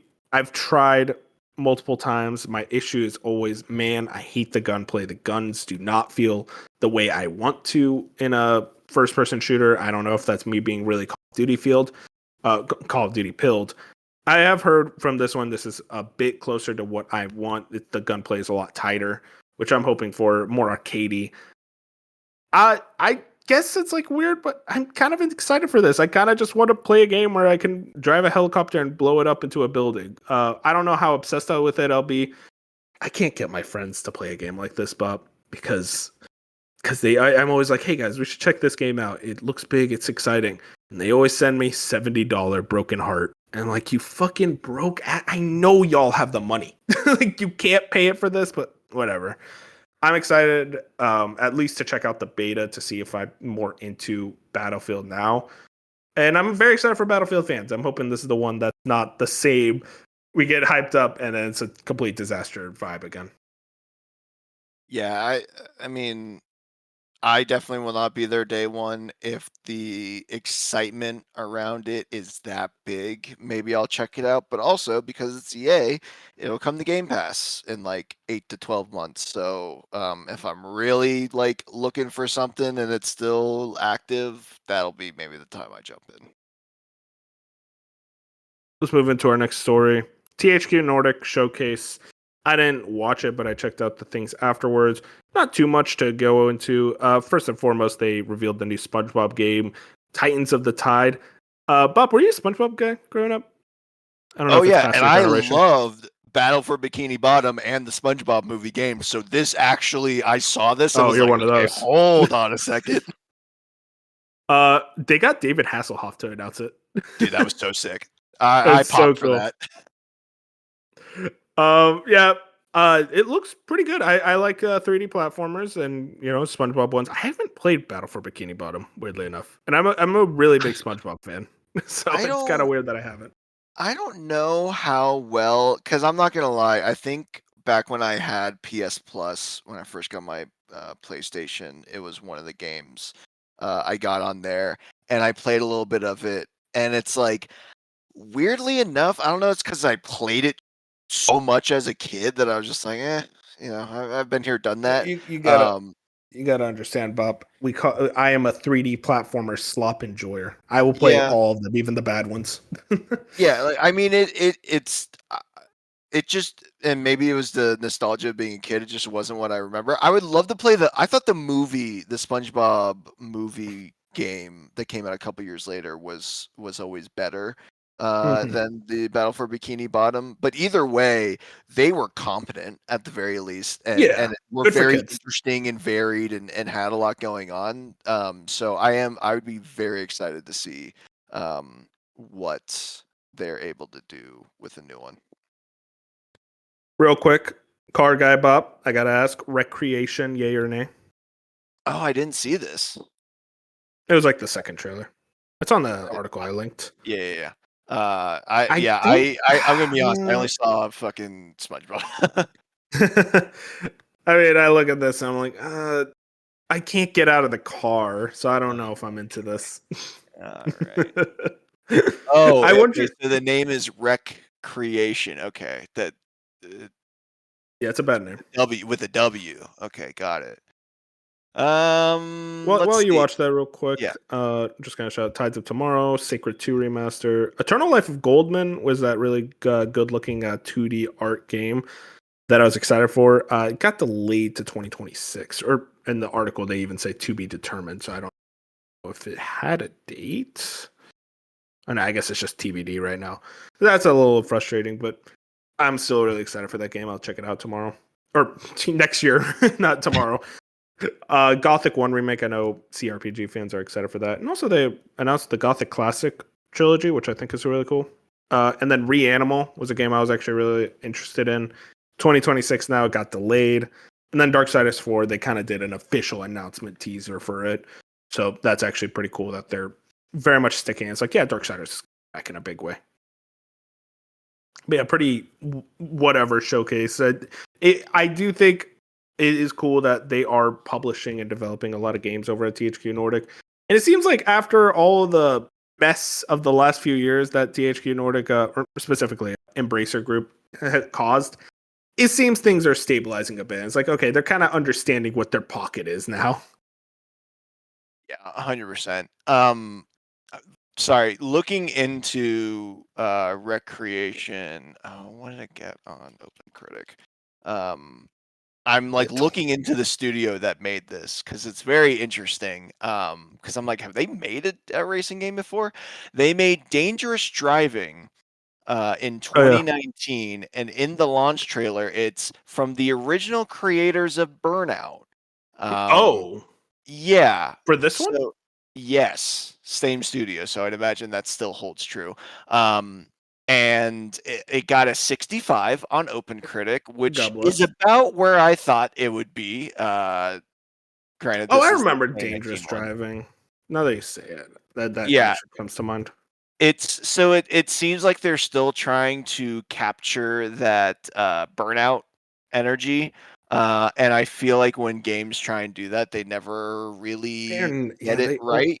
Guys, we're bringing this thing that you loved from your childhood back, but like it's not the same IP, and it's like okay, well, it's still But Sony. it's also like it looks like they're adding a lot of like I think from what I could tell, it's like, oh yeah, create your own track and like do that stuff. And it's like, yeah, community creation is always a good thing, but like I just nothing really it does not get the Bob seal of racing game seal of approval. Let's put it that way. Oh, if only you could get out of the car.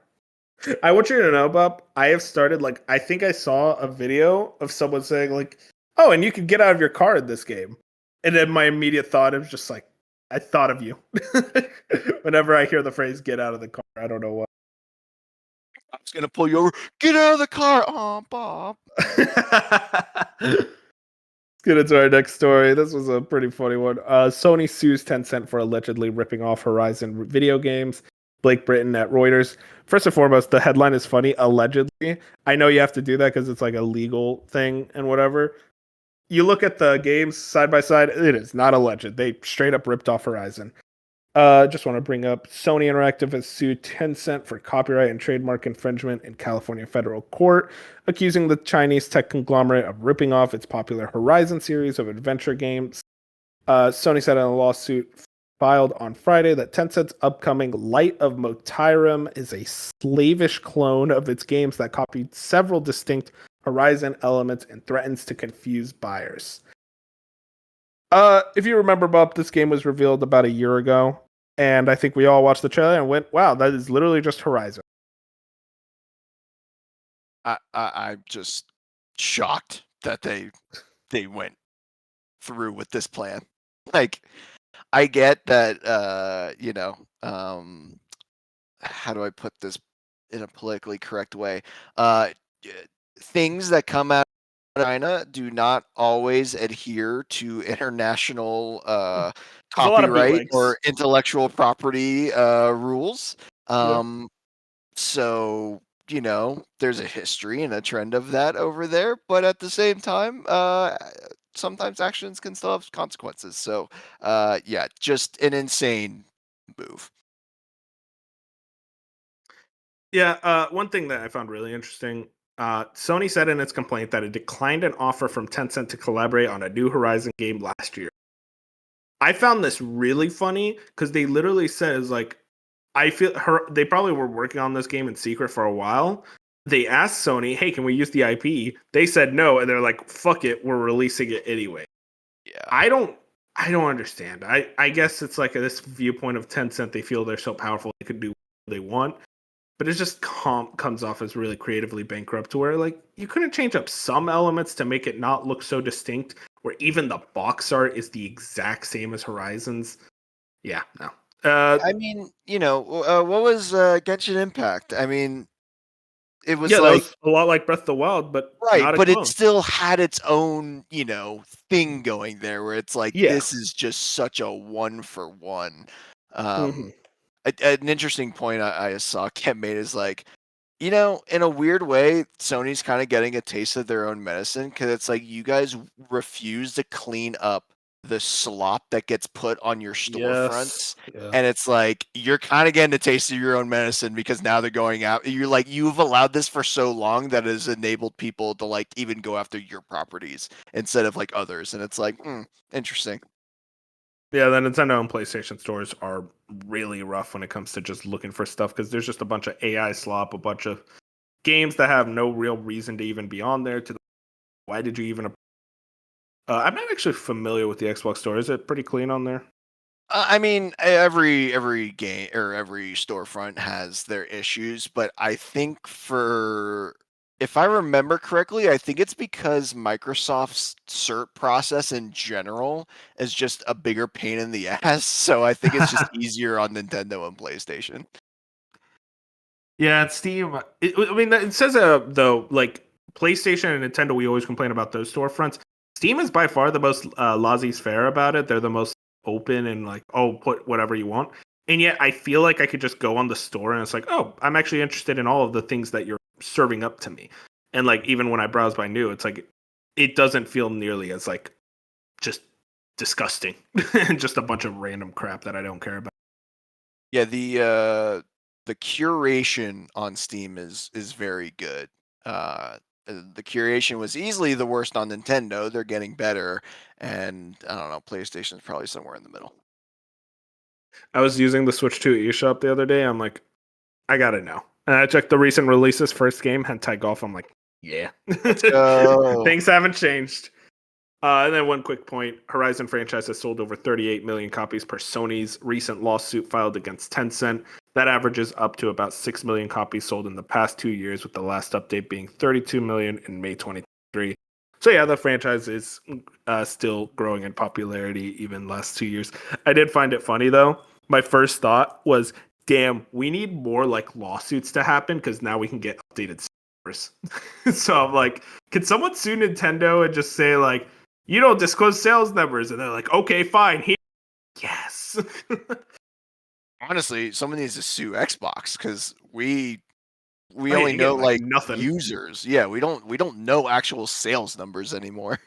Yeah. That's frustrating, but Someone make a John Halo. John Halo. Next up, Steven Totilo posted this on Blue Sky. Correcting a thread I had just posted. Sorry. I found this interesting. Capcom's Q1 results, April to June 2025, show Monster Hunter Wilds hot start barely outsold the older and cheaper Monster Hunter Rise. Capcom calls Wild's Q1 sales, quote, soft.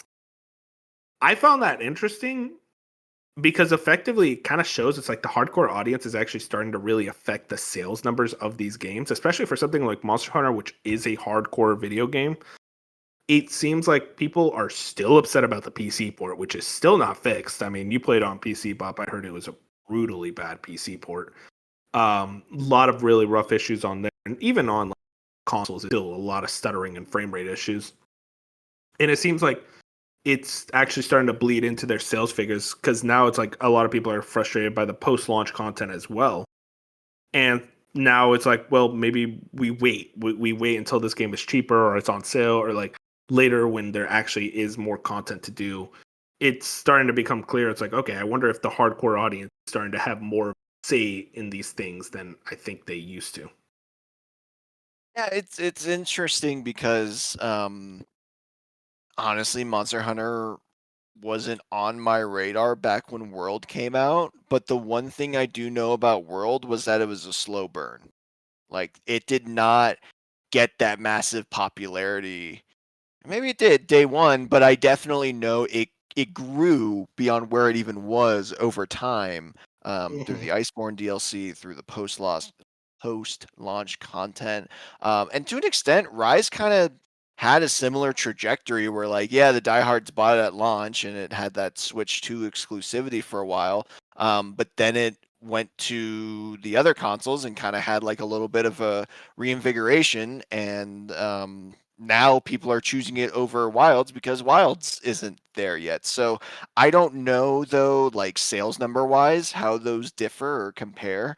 But it's always felt to me that like Monster Hunter is just a series, or at least lately, it's a series that like it's a slow burn and it's going to have such a long tail.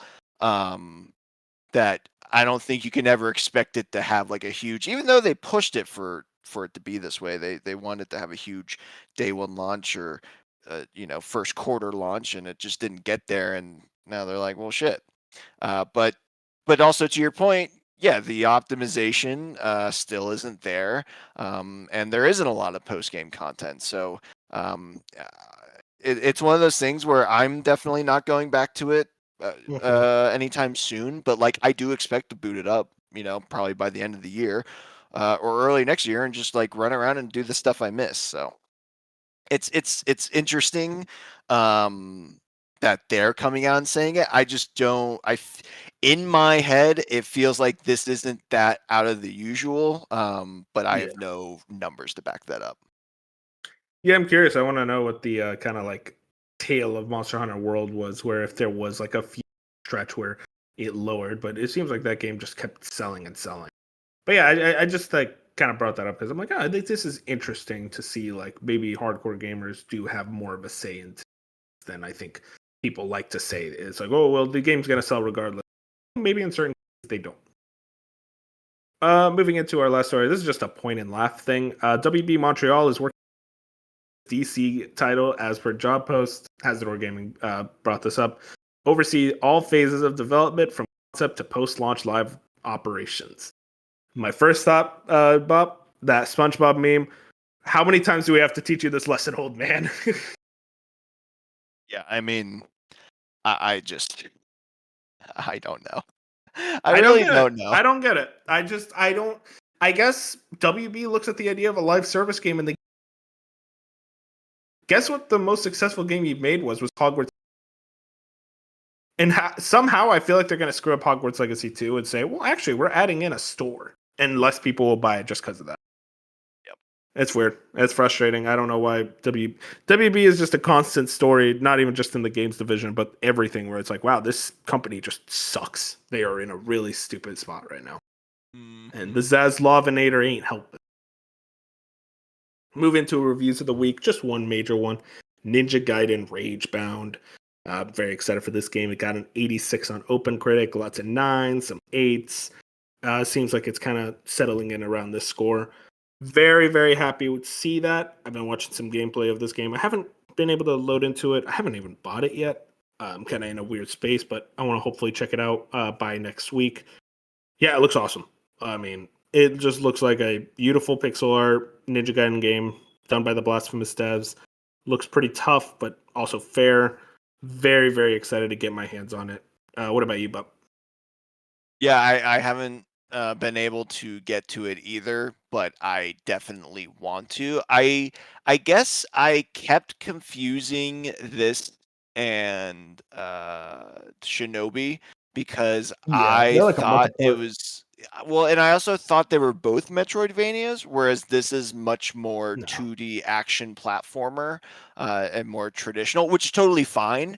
I think Shinobi is that way too. Really? Okay. Well, Yeah. I don't know what the fuck I'm watching then. I think we just expect all 2D like games like this to be Metroidvanias. So that's Well, what I was like, and like I don't know, maybe it's because of Prince of Persia. Like maybe I just had that in my head still. But yeah, I definitely I'm happy it got such a high score, and I'm happy people are liking it. And also, it doesn't seem like that long of a game, so really, I have no reason not to go and just play through it. Um, Mhm. but yeah, I just haven't been able to get to it yet. Was it on PS Extra? I forget. I think it was. Yeah, I don't know. I'm gonna try to Yeah. guess. Yeah, if people are on PS Extra, it seems like a pretty easy download. For sure. But yeah, hopefully gonna check it out soon. What we've been playing, Bob. I think this is already you because wait, I think did I talk about beating Bonanza last week? Yeah, I did. Okay, so yeah, Yes, I you haven't did. been playing And shit. Bench was close, but he hadn't beaten it yet. That's it. Okay. So this is all you, man. Oh, for Bonanza? Oh, yeah, because Well, okay, for yeah. all three of these games, I Yeah, haven't. I've yeah, literally sure. just. I'm Yeah, in the damn, what spot have right you been now. doing? Literally, Bob. I've been playing NSO games and Slay the Spire. I've been busy with a lot of Did you other try stuff. Mario Paint? Oh yeah, I played Mario Paint. You know it. Yeah, how was that? Because I've never actually played It's Mario cool. Paint. It's really cool. It's very quaint. I feel like it's like you really think about it, it's like you have no reason to really play it today because it's like okay, we all have MS Paint on our computers, but it has a lot of good music. It has a lot of that. The Switch 2 mouse is very good. Though I have noticed it's a little shaky sometimes, but I think that's literally just my hands because I have very shaky hands. But I think just like the tone of Mario Paint is so cute and fun that you're just kind of happy to just mess around with it in any way. I drew a picture of Mario. He looks terrible because I cannot draw for shit. But yeah, it's cool. I liked it a lot. What is the like? Is there like a story mode? Like what? No, it's literally just a painting software. It Okay, paint and then right. you can do like music. And there's a mini game where you can like hit things with a fly swatter, which is pretty fun. Okay, gotcha. All right. It was basically used to sell the SNES mount. Sure. Yeah. Okay. I mean, I knew the basic premise of it. I was just like, is there something else there, or it's just it is exactly what it says it Yeah. is. The video that was like revealing it that Nintendo put out was really. They actually like put a lot more personality into it than I expected. Yeah. No, 100%. But yeah, you could talk about your 3 games here. Yeah, I'll leave Bonanza for last because I think the first 2 will be pretty fast. I really haven't been playing that much Death Stranding 1 because of Donkey Kong Bonanza, but I picked it back up a couple days ago, starting to get back to it. I think I'm on chapter 6 or chapter 7, one of those 2. And so I'm at, what is it? Mountain Knot City. I want you to know And I can't help you out at all. I genuinely don't remember anything. okay, sick. Yeah, I forget how many chapters are in this game. I've definitely played it for like a solid 15-ish hours, somewhere around there. I'm still really enjoying it. It definitely was like a hard thing to be like, oh my god, I just going from Bonanza to Death Stranding is an insane level of Completely whiplash. different. Yeah. But after a while, I kind of got back into the groove of things. And I'm still really enjoying that game. But now I'm kind of on the clock because I have grad school at the end of this month that's starting up, and so my free time is just going down the drain. And so it's like I really got to beat at least Death Stranding 1 and maybe start Death Stranding 2, and maybe that'll be something I kind of slowly burn through on the weekends. But yeah, so enjoying that. Okay, Wolf, I need you to take a guess here. Okay. Okay. College football 26. Let's see, when was the release date? I think it was June 8th. 26 release. I think it was like June 4th for the. Oh no, July. July 10th. So July Yeah, 10th. that's it. Which that's the real release date, I think, and early Yeah. access started July 7th. Okay, Yeah, that was that's it.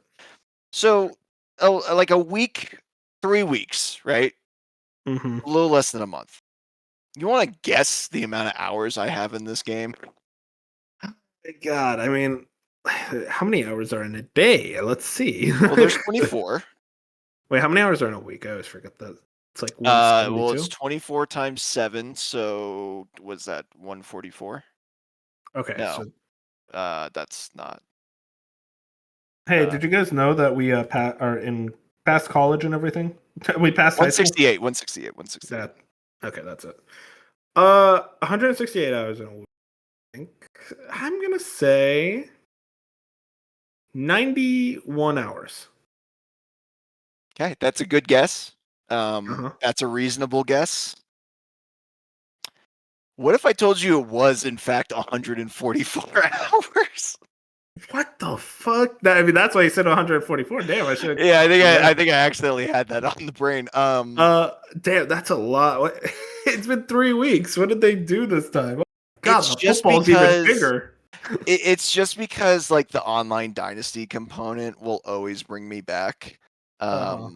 Because it's just so much fun building like a college football program how you want it.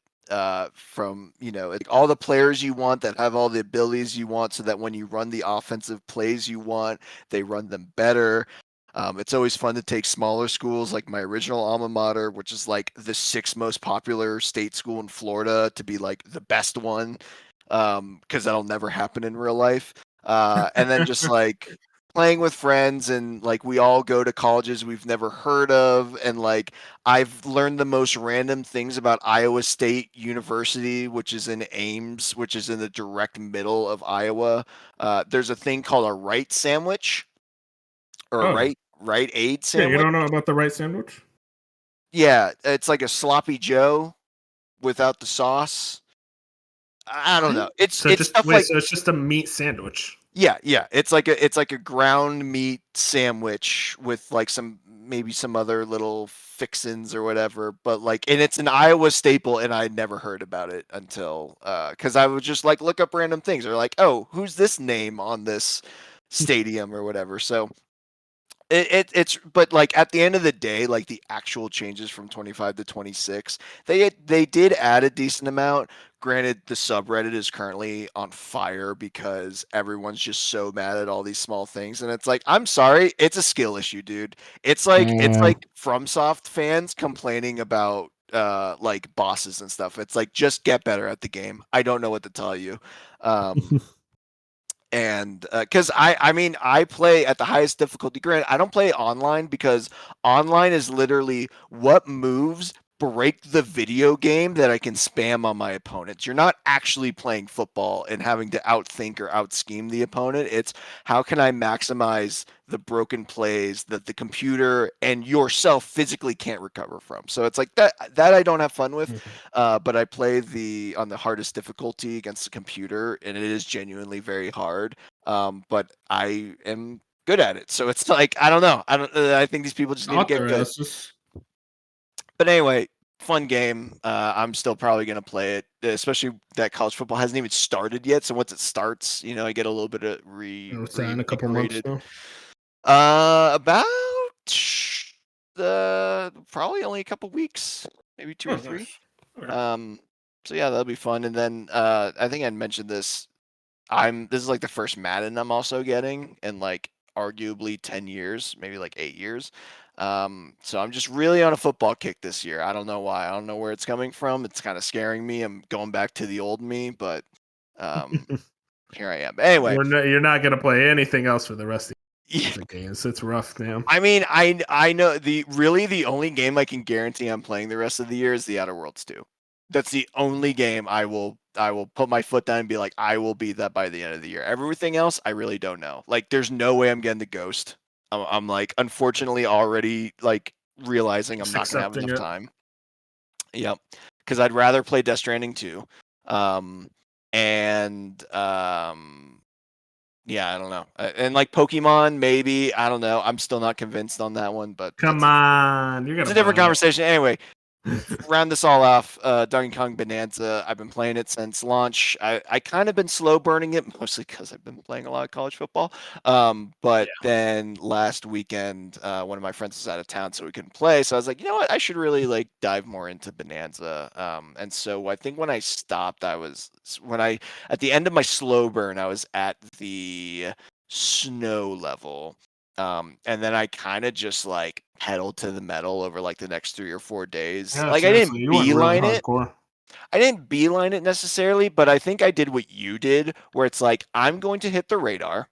I'm going to find what I can find, and I will go off and like I'll do the bonus missions or the the secret stuff or whatever. But I'm not going to scour the map. Yeah, every gentleman time. percent. Yeah, right, exactly. I will hit the radar on my way to the next objective. If I get sidetracked, I get sidetracked. And then really easy to get sidetracked. It very much is. And then I think, that being said, I think by the time I hit let's see, the third to last, like probably around layer 900, I kind of did start beelining a little bit more, especially because that's the one where there's a lot more underground. And I was just like, I'm not vibing with this at all. I'm gonna be honest. The landfill layer. Yeah. But it's interesting because I feel like we all, and I don't know, maybe not all of us, but like I liked the first few levels. I liked what they were doing. I was having fun, but it wasn't really clicking that extra layer. And we've talked about this a million times with a million different games, where I hate when people hype up a specific thing about a game and then get to it and you're just like, guys, you talk too much. Because I think right now the comparison I'd make there is like Expedition 33. Everyone's like, oh, you gotta get to the end of Act 1. And it's like, okay, at a certain point, someone's gonna get to the end of Act 1 after hearing all this and be like, okay, like I was expecting more, kind of thing, because you build up this expectation. That being said, the ending sequence, just the entire, it lives up. Yeah, I mean, oh my god, the moment, there's a specific moment where I realized the thing I was looking at was actually something else. Yep. and then they reveal more about that thing I was looking at. I'm like, oh, it just immediately 15 different question marks in my head all just clicked at the same time, and I was like, oh my god, oh my god. And then you go through that next like part after that revelation, and they reveal more, and you're like, oh my god, I cannot believe I can't believe they pulled this off. And then just Mhm. the whole actual final sequence is so good. And I'll say this, if you're like, I don't know how much it hits for the people who are not fans of Donkey Kong. I mean, granted, Bench really hasn't played the Donkey Kong games and he still enjoyed it, but like he's also a Yeah. mark for this kind of stuff, so like he'll like anything. But That's like crazy. I don't know how it'll resonate with people who aren't too familiar with Donkey Kong. But if you are a fan of the any of the previous Donkey Kong games, I think it's going to resonate more with you, and I would hope you enjoy it because it really is that good. And like yeah, I just I, couldn't believe it. I think it will still hit for those people who aren't even fans of the Sure, it is DKC games. genuinely good, regardless. Yeah, because I think just the quality level is such a step above, but I think it's like that extra layer of seasoning on top, and that's what I love about the game so much. So, like, so much of a callback to the original Donkey Kong. What Rare did with those that trilogy and 64, it's so much of a callback while also creating for this team to work on for whatever the next title is. That's what makes me so excited about. Oh man, game is knowing how good Bonanza is. What elements? So, quick question for you, just out Yeah, of what's up? curiosity, because I know you and Bench are more on the side of the team split and Odyssey 2 or whatever the next Mario game is sooner than we think, and all I don't that. think And it's I'm 2026 like he does, but I think it's sure, sooner than but it's not another 8 years away. Let's put it that way. yeah. Do after playing this, do you think there is a chance we get a Donkey Kong Bonanza 2 or another Donkey Kong game before another Mario game? You think that becomes like a Bethesda situation where they basically alternate between Mario and Donkey Kong? I mean, yes, but also I feel like Odyssey was more open-ended. Whereas, like, and granted, I haven't done the full ending of Bonanza, so I'm not like 100% sure. But I feel like there is more momentum just in general around Donkey Kong right now. That like I could see a world where we get a follow-up to Bonanza before a follow-up to Odyssey. I don't think that's the case. I just think it's an Wait, you interesting. think? Wait, so we think you get Bonanza 2 before even the next 3D Mario? That's what I'm saying. Like No, no is there chance. a way? Is there a chance? I don't really believe this, but like it is an interesting thing to think about with I how DK heavy they have gone. I think they understand. They look at the sales figures and it's like, well, Odyssey sold 30 million. We're gonna go like 16 years without a new Odyssey, or Yeah, even like that's 10 fair. years without some type of 3D Mario. But like they also like Wonder sold okay, and they had Wonder sold very well. yeah, they had 3D Mario and Bowser's Fury. Um so it's like I Both of those think games didn't sell what Odyssey did. I think sure, they understand that 3D Mario is a different beast. 100%. I'm just saying that like I think if they had a choice, because the other thing is like Donkey Kong Country Returns HD did not do great, especially compared to No, Mario. not really. And Tropical Freeze, I think did pretty good, but I think it has better word of mouth than it actually has sales numbers. Original Donkey Kong Country Returns sold very well. Tropical Freeze was on Wii U. Yeah, I guess It that's sold fair. like whatever. Because my other argument would be I think you will make more between the combination of keep doing 2D or smaller Mario games and a big Donkey Kong game rather than a 3D Mario and like 2D or smaller Donkey Kong games. Again, I am trying any way I can. I still think at the end of the day we're getting a Mario before a Donkey Kong, like next big 3D platformer. I am just curious if there really is a way that we get Donkey Kong before the next Mario. Yeah, I don't buy it. I think it's a case of like I am of the mind that the team did split, or I don't even think it's split in half, but I am of the mind that there is a pretty decently chunk size of the team that has been working on the 3D Mario. Because one thing I don't know if you noticed, Bob, I kind of brought up this theory. I think because Koizumi didn't work on this Right. game at all, and Yep. Hayashida, I think his name is, he was the co-director of 3D World and also the director of Galaxy 2, and he was a producer for Odyssey. He did not work on this game at all. And my theory was always like, Hayashida and Koizumi are working on this. And apparently the art director to Odyssey also wasn't in the credits. I think 3 of those guys and a bunch of other people with the team are working on the next 3D Mario. And that's almost like a pre-production or like in the middle of the production pipeline. Hey, now that Donkey Kong is done, all those people are jumping into 3D Mario. That's why I think it's going to be sooner. Yeah, yeah, it's kind of like Cyberpunk, The Witcher 4 people Yeah. did pre-production, and then everyone from CD Projekt Red is now full steam ahead on Witcher 4. Yeah, I think that is the most plausible solution, where like they took a lot of the high level people from Odyssey and started on whatever the next game's going to be, and then everyone else is kind of like slowly falling in and developing that one. I don't know. I just like, granted, I will say this. I haven't played Odyssey in a while.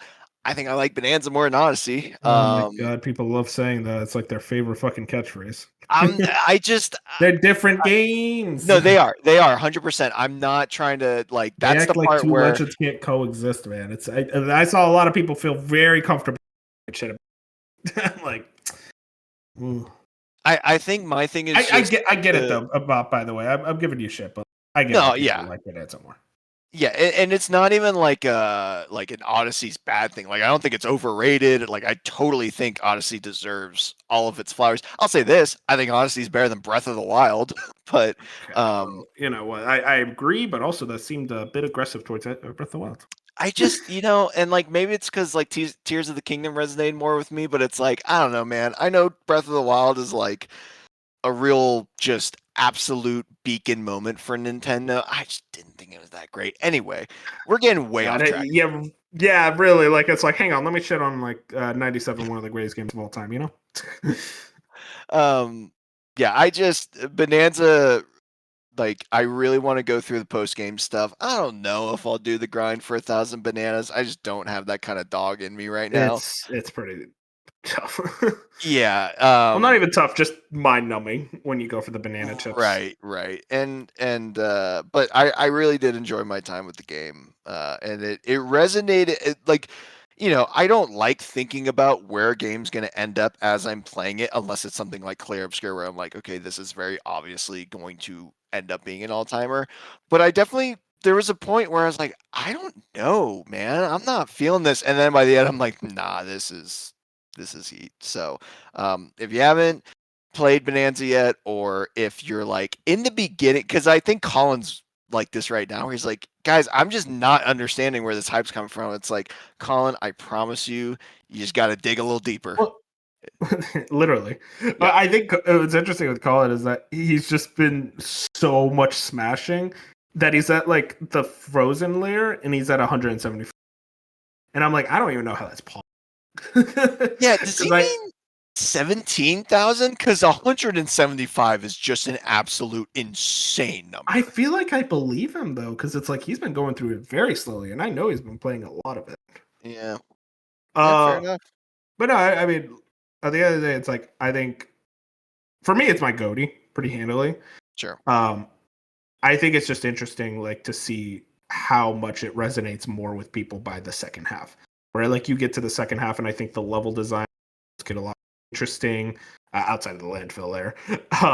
And I think like the game is able to experiment with itself and do more weird and cool ideas. Where I remember getting to like near the second to last layer and thinking it's like, oh my god, you still have new ideas. Like you're still doing like something completely different. That's insanity to me. So yeah, absolutely love it. Phenomenal. It's gonna be tough to beat for my game, but I'm just obsessed with this team, so it's not too surprising. I mean, I definitely feel like overall, it's much more like, let's just use Achilles as an example. I think it is a bigger contender than I was willing to admit beforehand because I just didn't know if like Donkey Kong was going to have that same juice. Um, and it'll be very interesting to see, if something like Death Stranding or Expedition 33 can. Expedition's gonna win. Come on, don't I feign mean, ignorance. no, I mean.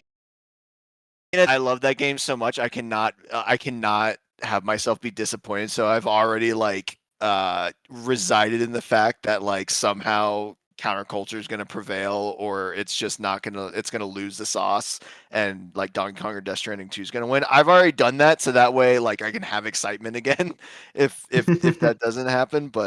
Um, but yeah, I do love Expedition 33. So it'd be cool if that one won, but I'm not one of those people who'd be like, guys, I don't understand. Like this game was only made by 33 people. Like It's made by why is the 30. stupid monkey that's named after a donkey game of the year? It's so dumb. Dude, I love those posts. I saw one post. I think Gene Park posted. It's like, oh, grab some physical games for my collection. It was like Expedition, Donkey Kong, and Death Stranding 2. And one of the replies was, I feel like this is an insult to the masterpiece that is Expedition 33 to be putting it next to these other two games. It's like, what are we even doing? I get it. You love the game, but like, we got to calm down. Yeah, no, that's awesome. I will get to that expedition one of these days. I know that. You won't, and that's okay. I'm I totally will. fine with that. What makes you think I won't? What genuinely? Because like you just haven't yet. Yeah, fair enough. I'm not a hater on the game. I want to point that out.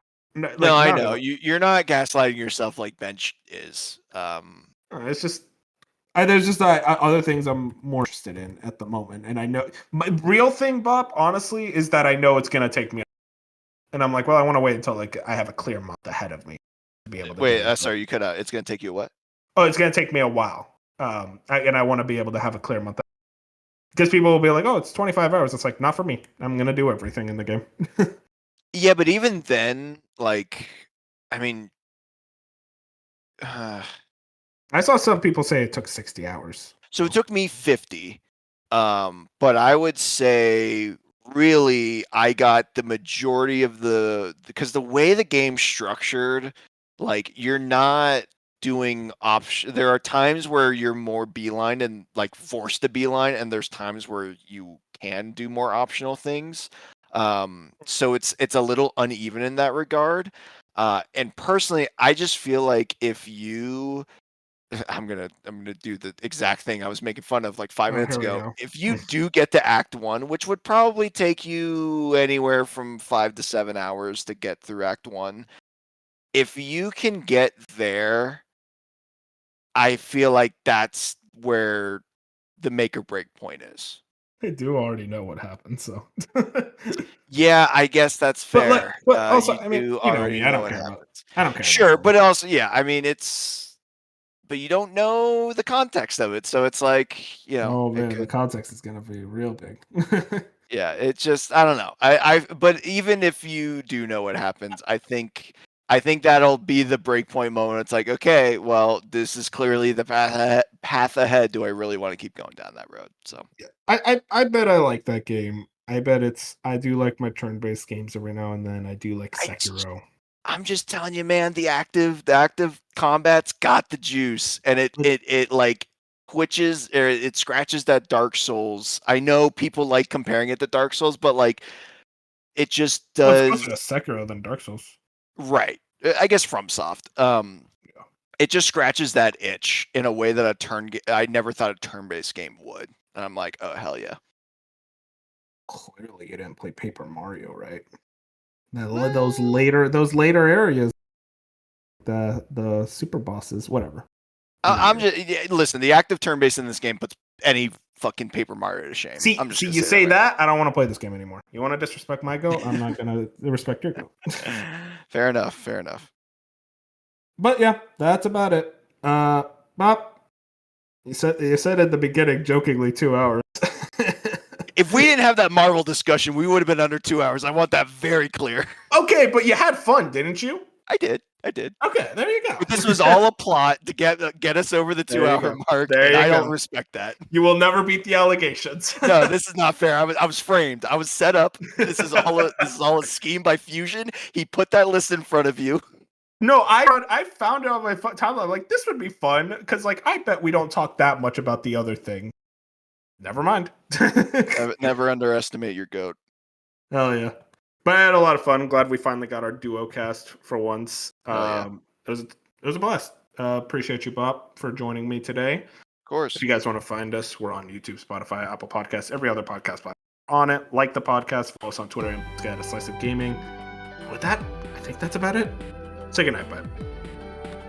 Ooh, banana. Banana.